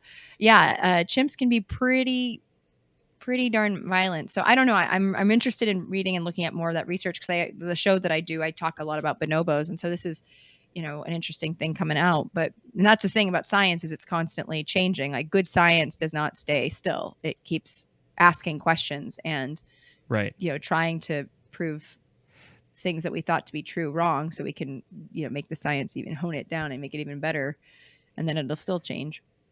Yeah, and that's what people didn't realize, like when it came to the vaccines and stuff. It's like, we're giving you the best information we have, and we're constantly learning. So That is, deal with that. yeah, that is kind of why I do what I do. Is like, and that's I when I worked on Star Talk, man, I remember that was a question. I don't know if they included it in the episode, but it was like, what is one thing that you really wish people understood about science? I was like, that it's not static and fixed. It moves, it changes as we gather more information. It will change, and that's not bad science. It's good science. Yeah. Bad science won't change, and you'll be like, thinking the That's Earth why is flat because we still have so many scientists, because there's always something to learn. and also diversity too. That's the thing is, there's been a big pushback of this whole DEI thing, and really understanding that when a field, especially when a field like biological anthropology, which studies human variation and why we look different, is all done by white people, that is a huge problem. It is huge, and it's sad, and it's like the world should laugh at us because that is just laughable, right? It is, the irony is, wow. So yeah, there's been a push for more diversity in our field and being more welcoming, but like across the board, not just accepting more people of color into departments or hiring, but also like taking their feedback and their suggestions and their research ideas, because that's a big complaint is people they'll be the diversity hire, but then they don't actually listen. And I'm like, well, that's not how this is going to make things better. But yeah, I mean, you really are going to see better, richer, just, I think, more like a holistic look at science, because you're going to get different perspectives and questions being asked. And especially if you have people from, like, historically, it's usually outsiders looking at different communities around the world. But if you have people actually looking at their own community with a self-awareness and a very, a unique lens, I think you're just going to get better science. Yeah, that's absolutely true. Not just with science, but with everything. Is like, yeah, you just need that diversity. Otherwise, you're like so insulated in your little bubble with the people just like you, and there's no progress there. No, and it's, how boring is that? Yeah, and it's just, exactly. And I didn't go to the conference this year, but the years prior, the bioanthro meetings have gotten a lot better about, talking about even how do you deal with human remains in a way that's more respectful to communities, and, just even like DNA, like who owns the DNA and things like that. When we talk, like things that should seem like no-brainers, but they're not, because for years they've been dealt with in a way that might not have been as respectful to the people we're studying, and yeah, that has to change. I mean, I mine's a little bit different because I study primates, but there's still an ethical way of dealing with primates, whether it's like how you depict them or how you take, pictures with them, and making sure that you don't accidentally encourage people to get primates as pets, because that's something like I've made many videos about, like why primates make terrible pets.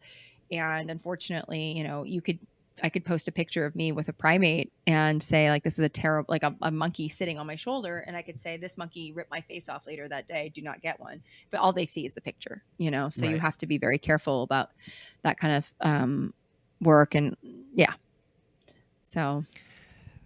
So earlier you mentioned that you had some thoughts about Planet of the Apes. People ask you about that. Yeah.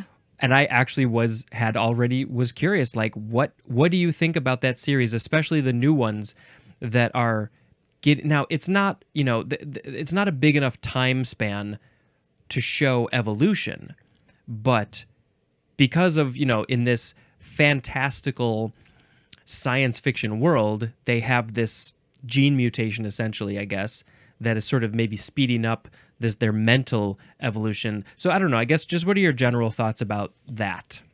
I love it. I mean, I love playing with this idea, although, and I know I do know somebody who works on it as a technical advisor in some ways, but I definitely feel like there are some huge missed cool opportunities with shows like this or movies like this. Like, for instance, the Bonobos, like, why isn't there like a female general that is coming out there? You know what I mean? Like, it doesn't have to be a comedic relief necessarily, because it'd be really funny if she's just like coming out of a sex party, just smoking a cigarette. Like, hey guys, I'm gonna have a break in a minute. Hey, you stay over there. Don't put anything on, whatever, But like, there's a missed opportunity to have, I think, a little bit more of the primates' behavior infused into the different primate groups, right? Like, it's better than, say, the original primate or Planet of the Apes, which I've done like podcasts where I've like watched the movie and then I've given my thoughts on it, where there was even less understanding of these great apes, because I forgot what year the first Planet of the Apes came out. It was like 68 or right? Somewhere around there. Yeah, I'll look it up. It was about the same time that Louis Leakey had sent out Leakey's angels. So Louis Leakey was famous paleoanthropologist. His wife is the one who discovered Paranthropus boisei. But he sent out Jane Goodall to study chimps, Diane Fossey to study mountain gorillas, Brute Galdikas to study orangutans. So that is when, and I loved his thinking. He wanted to send out women because he thought they were more patient, because he knew this was going to be a painstakingly long, slow, arduous process. And he was like, women can handle it. And I was like, yeah, he's not wrong. But at the same time, just I wish misogyny wasn't around at that point. Well, it's still around now. So what am I saying? But that's about that time. It was in the 60s when this was happening. That's when she started working at Gombe, or Jane Goodall did. And but essentially, I don't think they knew enough to really infuse primate behavior, but I feel like they could now. And I really wish I could be a part of something like that, because, part of me is like, I should write my own version, or, you know what I mean? Yeah. At the very least, you should write your own parody comedy version with the bonobo lady general coming out with the cigarette. Yeah, I think that's what the world needs. I think we could use something like that. Planet of the Apes. It seems like it's. I love it too. I think it's a fascinating look, and it's really interesting to see. See the primates and technologically see what they're doing. That's very cool. That's a whole other side of things. But yeah, it seems like it's more, they're making them more human, and it's more about like the cultural things instead of like their how they react in the real world, how they So it's a fascinating one. I just saw the third one, War for the Planet of the Apes, recently, and the new one is coming out later this year. So I'm really curious to see where they go with that. Because I think someone sent something to me about, and I could be wrong, but somebody sent something where it was supposed to be bonobos, but it was a guy. And I was like, why the hell is a guy running? But maybe I'm wrong. And I will check, because I was like, this is such a great opportunity to have a female, like, it would be so good. I think it would be so just awesome to have. It'd be too perfect. Because because the thing is, like, you can wrap in a little bit of their real life situation, like what they would be like if they were just a bonobo, but like add a lens of human on it. Are you kidding? Like, you know what I mean? Like, especially with the poly world these days, you know what I mean? That could be it doesn't have to be hokey or cheesy. It could just be like a very funny little throwaway line, but it would be very funny and on brand with everything, Yeah. So and, I think more accurate. Yeah. Accurate, but also like great comedic relief in a movie that probably could use comedic relief. That's what I like. For me, I try, even like with the pilot that I'm working on right now, is make it funny, but it's still scientifically accurate, and that's the challenge too, doing what I do with science communication, is sometimes the cheap joke is the inaccurate joke. And so I try to really work to find accurate jokes that are just as funny, if not funnier, right? Because I feel like, truth is sometimes stranger and funnier than fiction. So, yeah, because I know that, like, for instance, I get asked to do a lot of shows where they're like, yeah, like I was pitching a show called Monkey Chasers years ago, and 2 production companies were kind of vying for it, and one of them asked me if there was a island filled with matriarchal monkeys. And I was like, all I can think about is, like, Wonder Woman and her island of Amazon ladies. You know what I mean? Like, there's no such thing. Like, and yeah, I mean, I think she was trying to get at bonobos, but I'm like, it's not an island. I think she was just trying to, they were trying to have the show that we created fit their narrative rather than vice versa. They come in and just spruce up a narrative that already exists, which it doesn't need much sprucing up. It's fascinating. And so I guess it's a challenge sometimes to have to convince people that, like, no, trust me, give me an opportunity and I'll make this so freaking good, because the truth is really entertaining, Yeah, I mean, you just look at like some of your YouTube videos, and I'm sure that they're like on TikTok and Instagram and stuff too. But like I remember you like interviewing probably spider monkeys with your mouth, and you're giving facts, but they're done with like modern human voices. Yeah. But and that alone is enough to make it funny, or the way that they describe their own scientifically factual life in that, Valley Girl voice. It just makes it funny in and of itself. And there was one where like she was going on describing how she uses her long middle finger to get the bugs in the trees, and you're like, come on. Yeah. And it's going on forever. But it's like, no, this is real. So that's the eyes are really, they have the really cool sex lives too, because they bone for hours at a time. They're crazy. But yeah, no, thank you. I try to, that's the thing, is like whatever gets people to watch, right? And it's tough because, like, I know that 30 seconds, minute long videos are kind of what people want online, or that's what's fed to them online, because what I'll get is I'll post something that's 30 seconds, a minute long, and then people will be complaining that it's not long enough or it's not enough information. So that's why a lot of my videos and also because I do sexual content and a reproduction, it's not salacious to be salacious, but it's like teaching. They get buried because of the algorithm, they get buried because it touches on things, unless it gets shared by someone big really early on. It's tough, but I do like finding ways to kind of engage the public, hopefully and make them laugh.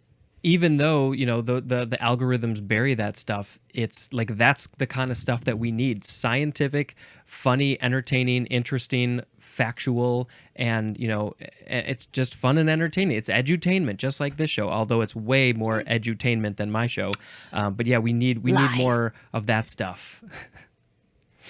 Thank you. Well, fingers crossed, we'll be getting more stuff going soon. It just right now it's Well, you've got your fingers in lots and lots of different things, and at the end, I'll have you do a plug section, so we'll learn about that, all that stuff, because there's a lot of things, and obviously there's so much to talk about with evolution and primates and other animals across the world and humans and everything, and we don't. It's almost like there's so much information that you could, like, I don't know, teach a class in it or go to school for it. Maybe you're really inspiring me. Yeah, it's shocking how much information there is out there about this. Let's see. I don't even know what else to say about evolution. Oh, I wanted to say one more thing. Were you a video game fan when you were younger? Super Nintendo, things like that? Too young or too old for Super Nintendo. I did do regular Nintendo, so Super Mario Brothers. Right, for sure. Yeah, that was my entry, and then it went on to Super Nintendo. And I think I mentioned this in one of these episodes, maybe the next one, I don't know. But there was a game called like Evo or EVO, and it was literally a game about evolution where you would start off as this like really simple little creature in the water, and you would go through the level and eat, and then at the end of the level, or the end of maybe a few levels, you would they would give you like a bigger body or a bigger jaw or bigger fins or something. And it was just like level by level, you would gradually evolve until you'd like get on land. And I don't think I even got very far in this game, but I was like, this is so cool. It's like fun and scientific. And it was, yeah, you should check That it is out. awesome. Yeah. I mean, Well, it's like 30 plus years old. That's great. Because that was one of the things I forgot to mention, which I think is so fun, is like, well, that first of all, it's an amazing video game. Like I don't know why that doesn't. I wonder, like a Sims, but with evolution, right? Yeah. But like I said, it's not goal driven. So like for a good example are whales. Actually, they're the ancestors of whales were land mammals, and they went back into the water, right? And even like sea lions and seals, they're actually more distantly related than you think, you know. And so it's kind of interesting, examples of sort of this convergent evolution, so yeah. It's so funny that they like, we're gonna come out of the water, but like, no, wait, we want to go back, we want to go never mind swim. yeah well, it's not like cool out there. Do you know Tiktaalik? Tiktaalik is a false. It's basically the first animal that came out of the water, and it's like it screwed it up for all of us. But my friend Neil Shubin and his team discovered Tiktaalik. I don't even know, like 12, 15 years ago. It's up in like the Arctic, in the Canadian Arctic. But you've seen Tiktaalik, kind of a very alligator croc type nose, kind of a snoot. But it also had a cousin named Kikatanya, and Kikatanya started to come out and then was like, screw this crap, I'm going back in. Just barely had the wherewithal made it out. to be like, this ain't for me. I don't like this land stuff. This is dumb. So yeah, that's so funny. I don't remember what they're called, but they're those like little fish that like mostly live on land but go in the water. Like they have such weird faces and like little arms. I can't. You definitely know what they are. I know what I don't, but I don't know. I can't think of. Oh, maybe it's. Wait. Tiktaalik's discoverers believe the animal ventured onto land just as present day. Mud skippers. Maybe that's what I'm thinking of. Mud skip. Yes. Okay. That makes. Yeah. Yeah. Those are some funny little dudes. All right. Mud well, skipper. I love that. Let's see. There are some different forms of the word evolution. Evolutionarily is an adverb. Evolutionary is an adjective. Evolutionism is a noun. Evolutionist is a noun or an adjective, and that's the last one of those. Yeah, I just find this topic endlessly fascinating. It's not like I study it. I don't go out of my way to like learn about it, but like, it's just nature. Like this is why we are where we are. And I did have one other question I wanted to pose to you, because I'm reading a book extremely slowly about free will and how he's proving in this book that there is no free will. It's called Determined. Is it Sapolsky? No. Yes. What are your thoughts on this?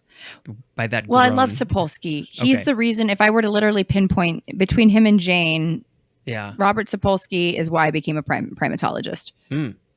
Like a primate's memoir sealed the deal. It was like, I love primates. And then I read that and I was like, well, this is what I'm doing.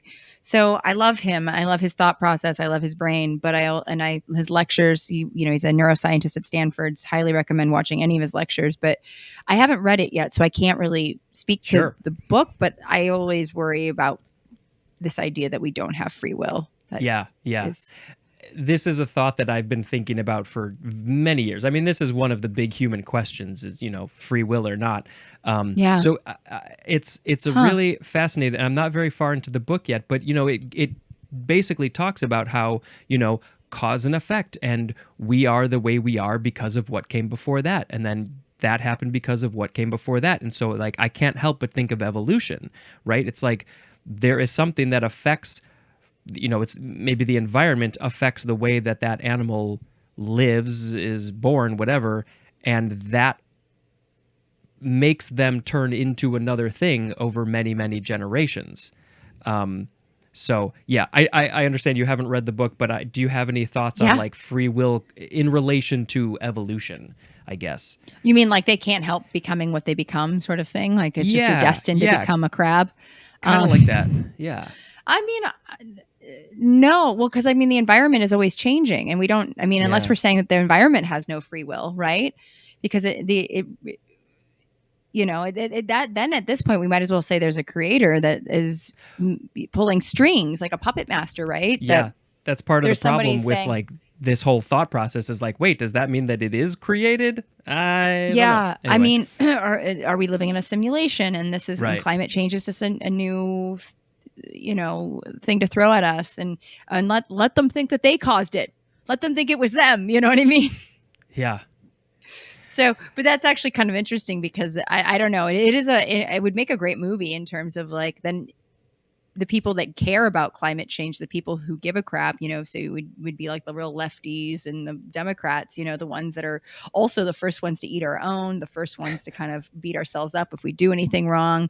Well, not always, because there's always, there's exceptions to a lot of those rules, Yeah. but like, it would be a really interesting way of looking at that. But, I don't know. I feel like, again, I would say this quite a lot to my students is, the environment, a lot of what shapes us, even our behavior is not necessarily our biology, is the environment. Our culture is very much shaped by where we live and what our life is, what our day-to-day life is like. If we live in cold climates versus hot climates versus mountains versus by the ocean, just a lot of what is around us is shaping who we are, and then in turn over long periods of time can shape our morphology. A good example would be like skin color, over when people were moving out of Africa going to higher latitudes, the idea, one of the theories is that it was hard to absorb sunlight, which would help us create vitamin D, and so we'd have lighter skin and things of that sort. That would lead to having lighter pigment and less melanin production.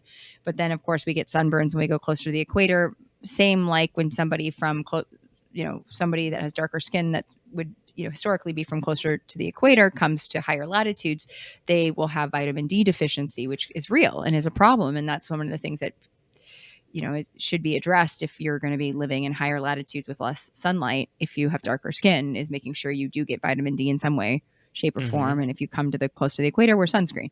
So those are just examples of how like the environment over long periods of time, because that doesn't happen in a few generations necessarily. Yeah. Culture evolution is a lot faster than biological evolution. I don't know, the idea that a species is like then it becomes a goal driven thing, and that's what evolution very much is random. It's like things mutate, and they don't necessarily, are those mutations goal driven now? Is that what he's saying, or is that? And I haven't gotten to the end yet. So I don't think he's saying that it's goal driven. I think he's just more saying like the way we are now is just because of what came before. Like the environment. That's a big part of it too. I don't know. I definitely recommend it because it's a fascinating thing to think about. I feel like this is a very stoner conversation, but that's not happening at the moment. Man, hold on. Yeah. I've got something somewhere around here. Right. There's always something around. I did a podcast recently where I found like a mushroom cap in my drawer, and I was like, "Oh, there you are! I haven't seen you in a while." That's a great idea. That's a great idea. Yeah. Yeah. That's a different podcast. I actually do have another podcast about weed that it's on hiatus, but that's a fun one. I like hiatus. That's good. That could be a good name for it. Aw. Yeah, that was just an accidental pun. I mean, I say it all the time, but it worked perfectly. It works. There's one interesting part about the etymology for evolution, which is that it's from the Latin word evolutio, which means unrolling. So it's like, it's in constant motion. Things that roll don't really stop unless there's a force to stop it. Yeah. And it makes me think like of a crescent roll unrolling. It's like, oh, is it going to reveal the thing? But that's not what evolution is. It's not. It's just a constant unrolling. I don't know. It's not evincing. Yeah, right. It's not a perfect 1-to-1 ratio, but it's like it's an interesting concept. Like back then, they were thinking about this. That's like evolution is unrolling the thing beneath it or something. I don't know. Anyway, well, I just think of unrolling like that's like what's in the middle of the thing. But that's if the thing's infinitely big, it'll just keep rolling. Right. But Never what ending. happens when it's fully unrolled? I don't know. It will What's never in the middle? be fully unrolled. Exactly. I guess. Yeah. I don't know. Could there it's be a one of those. spider monkey in the middle? Ooh, how many licks does it take to get to the center where the spider monkey is? Fun story. I actually did. I did write the chapter on intromission pattern in the Encyclopedia of Primatology, which is how many licks it takes to get to the center of the Tootsie Roll Pop in terms of how many seconds for the sex of a species. Like, What was that? The yeah. intromission? Intromission pattern. Okay. Gotcha. I also wrote the chapter on copulatory postures of non-human primates, which is monkey sex positions. Monkey sex positions. They I can imagine they get up to some fun positions. Especially if they have a prehensile tail. I'll just throw that out there. I've always wanted a prehensile tail. How could you not want to like hang on to a branch and swing or something? Yeah. Right. It's the pretty feet, cool. the feet hands. Yeah. That opposable. Yeah. Yeah. I think that's why I Yeah. love chimps so much is that I was like, I just want to be that. Well, they don't have a tail. You want to but have that. Yeah, I want to have all that. Yeah. Okay, can you please make the final sound effect? Oh, okay. Let's see. What am I gonna do? Yak. Oh, that was good. Was that anything specific or just That was my mating call in high school. It's the word God. yak said in a very terrible way. My high school boyfriend and I would just go around going yak, and he'd be was like, that his nickname? that was just my joking. You know, my nickname was Gundred and his was Len.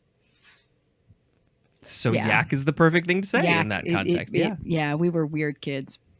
We were Oh, weird, that's great. weird children. Well, yeah. I mean, you think about the things you got up to in high school. Yeah, we were all there. Yeah. Okay, the last word is evolutionary psychology, and it's very short, but it sounds vast. This is a noun from 1890. It is the study of human cognition and behavior with respect to their evolutionary origins. And evolutionary psychologist is a noun, of course. Are you aware of this branch of psychology? Okay. Yes. Yeah. Evo Psych can get. It has an interesting reputation. Some people, of course, I mean, they're even evolutionary psychologists that love it, but there's those that say they oversimplify a lot of our behavior, thinking it's more a little too determinist, you know, a little bit like this is just the way we're built to behave, where, you know, maybe not taking the environment into consideration as much as they should, rather than kind of relying on one's biology.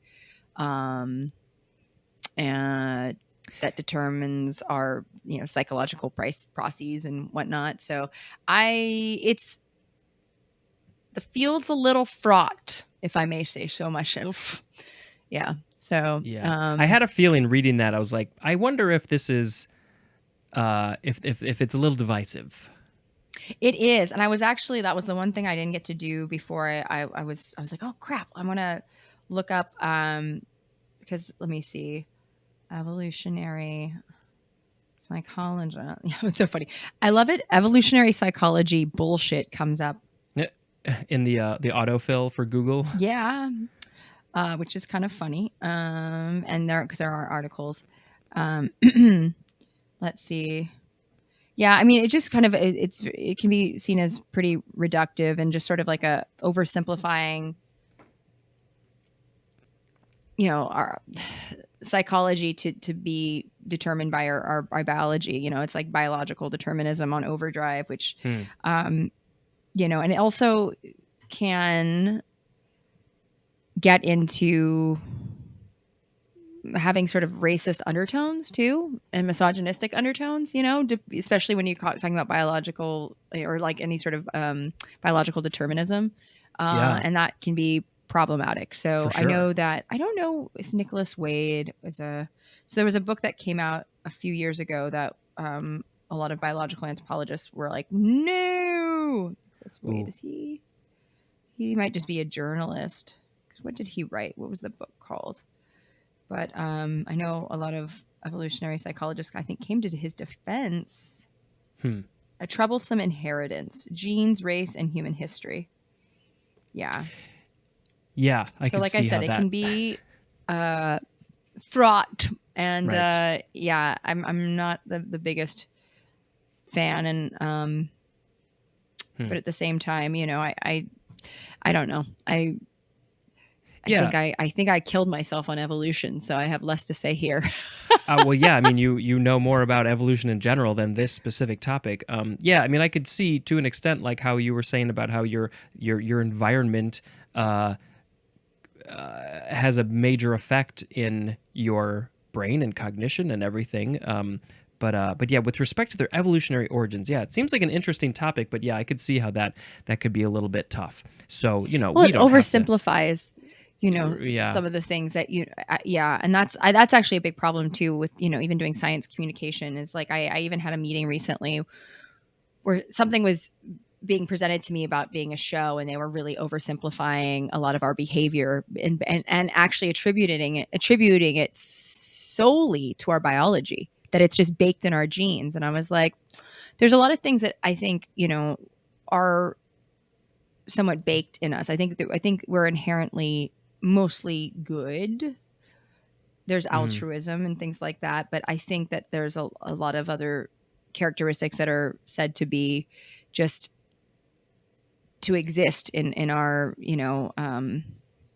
our biological makeup, that I think is very much learned behavior, you know what I mean, or picked up from the environment or from those that are around culture. us, Yeah, totally. So and it's tough to know, because unfortunately we are raised in that. It's hard to be 100% objective with science, because we're not objective creatures, right? Like, you try to be as objective as possible, but you're going to bring your own biases with whatever you're studying or trying to research.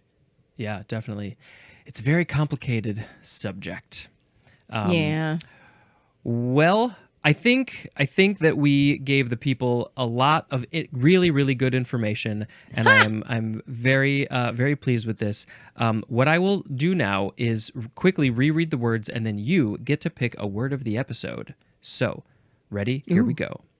Evince, eviscerate, evitable, evocable or evocable, evocation, evocative, evoke, evolute, evolution, evolutionary psychology.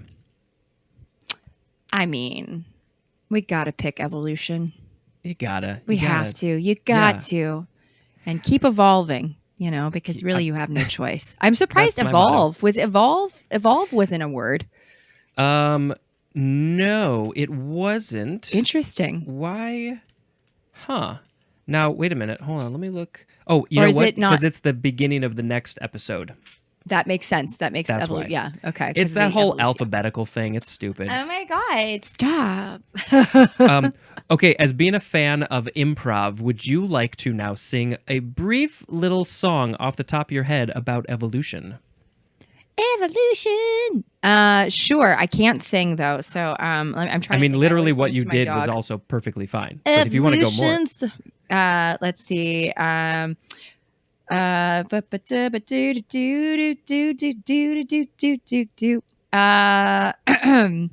Yeah, now I'm on the spot because I sing songs to my dog every day. Raisin, what Yeah. am I going to sing? I do that with my cats. Anything. Do you sing to your cats? I We can't all sing, the, but all everything. Yeah. oh yeah, Raisin. Okay, let's see. You just Like, describe evolution. Evolution, you're the one. You make evolving so much fun. That's perfect. Evolution. Why That is- don't you come ride shotgun with me? That's exactly what I was looking for. Charles Darwin. You're my guy. Yeah, I'll stop. Oh, I just put together. I mean, I knew it was a parody of something. Rubber ducky, you're the one. The one. Yeah, There we go. Nice. I know, because I was like, you can't trust me to sing. It's a really. Can Well, you I thought sing? that was. I mean, okay. I'm not trained in any way, but yeah. No, I mean, it's just like, if there's like a couple of words or phrases, like a phrase that goes in my mind, I just like want to put it to a song, like a jingle. That's kind of what it's like. Yeah. So I do that a little bit here in the show, but it never lands. It's always like when I'm washing dishes or something. Yeah.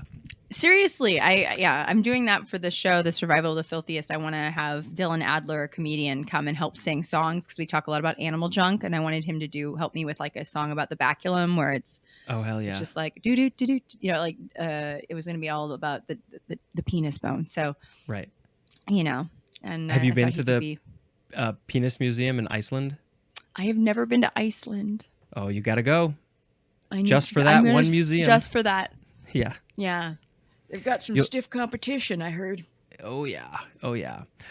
We have reached the end of the episode, which means that you now get to plug your life. What do you want people to go look for?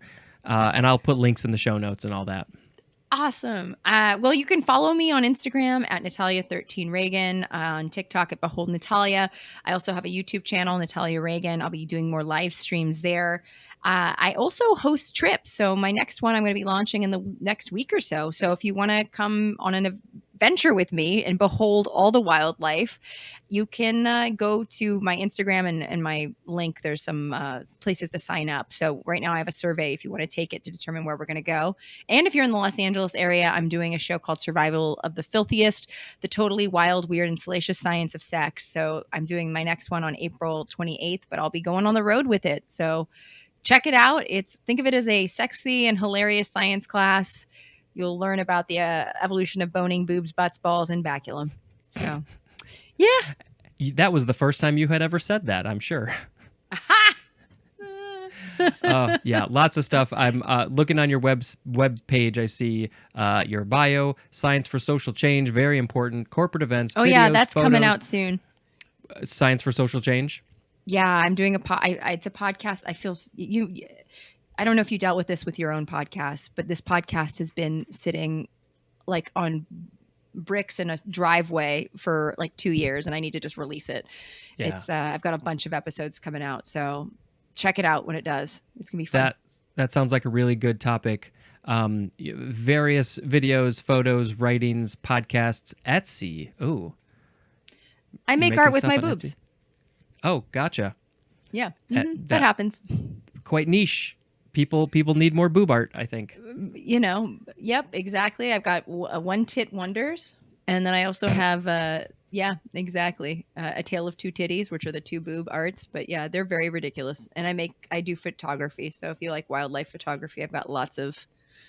Yeah, I also do Awesome. children's parties and corporate comedy. So runs the gamut. Just Yeah. kidding. There was a picture I saw recently of there was a sign outside of a bar. It said, "Did you know that booby trap spelled backwards is party boob?" And it's real. I mean, yeah, you look at it, and I had to post that on my Facebook, and people love it. That's fantastic. I love that. That's wonderful. Yeah, I will leave you with that. So thank you for doing this fun. podcast. I appreciate it. Come back again if there's another topic that you feel like you've got something to say, maybe in the F's. Feel free to come back. And any last words for the people? Oh my goodness. Well, keep evolving because you really have no other choice, and just be nice to each other. Just be nice. Chill. Be excellent to each other. Be excellent to each other. Bill and Ted made a real lasting impact. Yeah. Mm-hmm. They did. They had no clue. They have stretched through time. Really have. Oh, this All was right. great. Thank you so much. Thank you. This is the end of the episode. And until next time, this is Spencer dispensing information. Goodbye.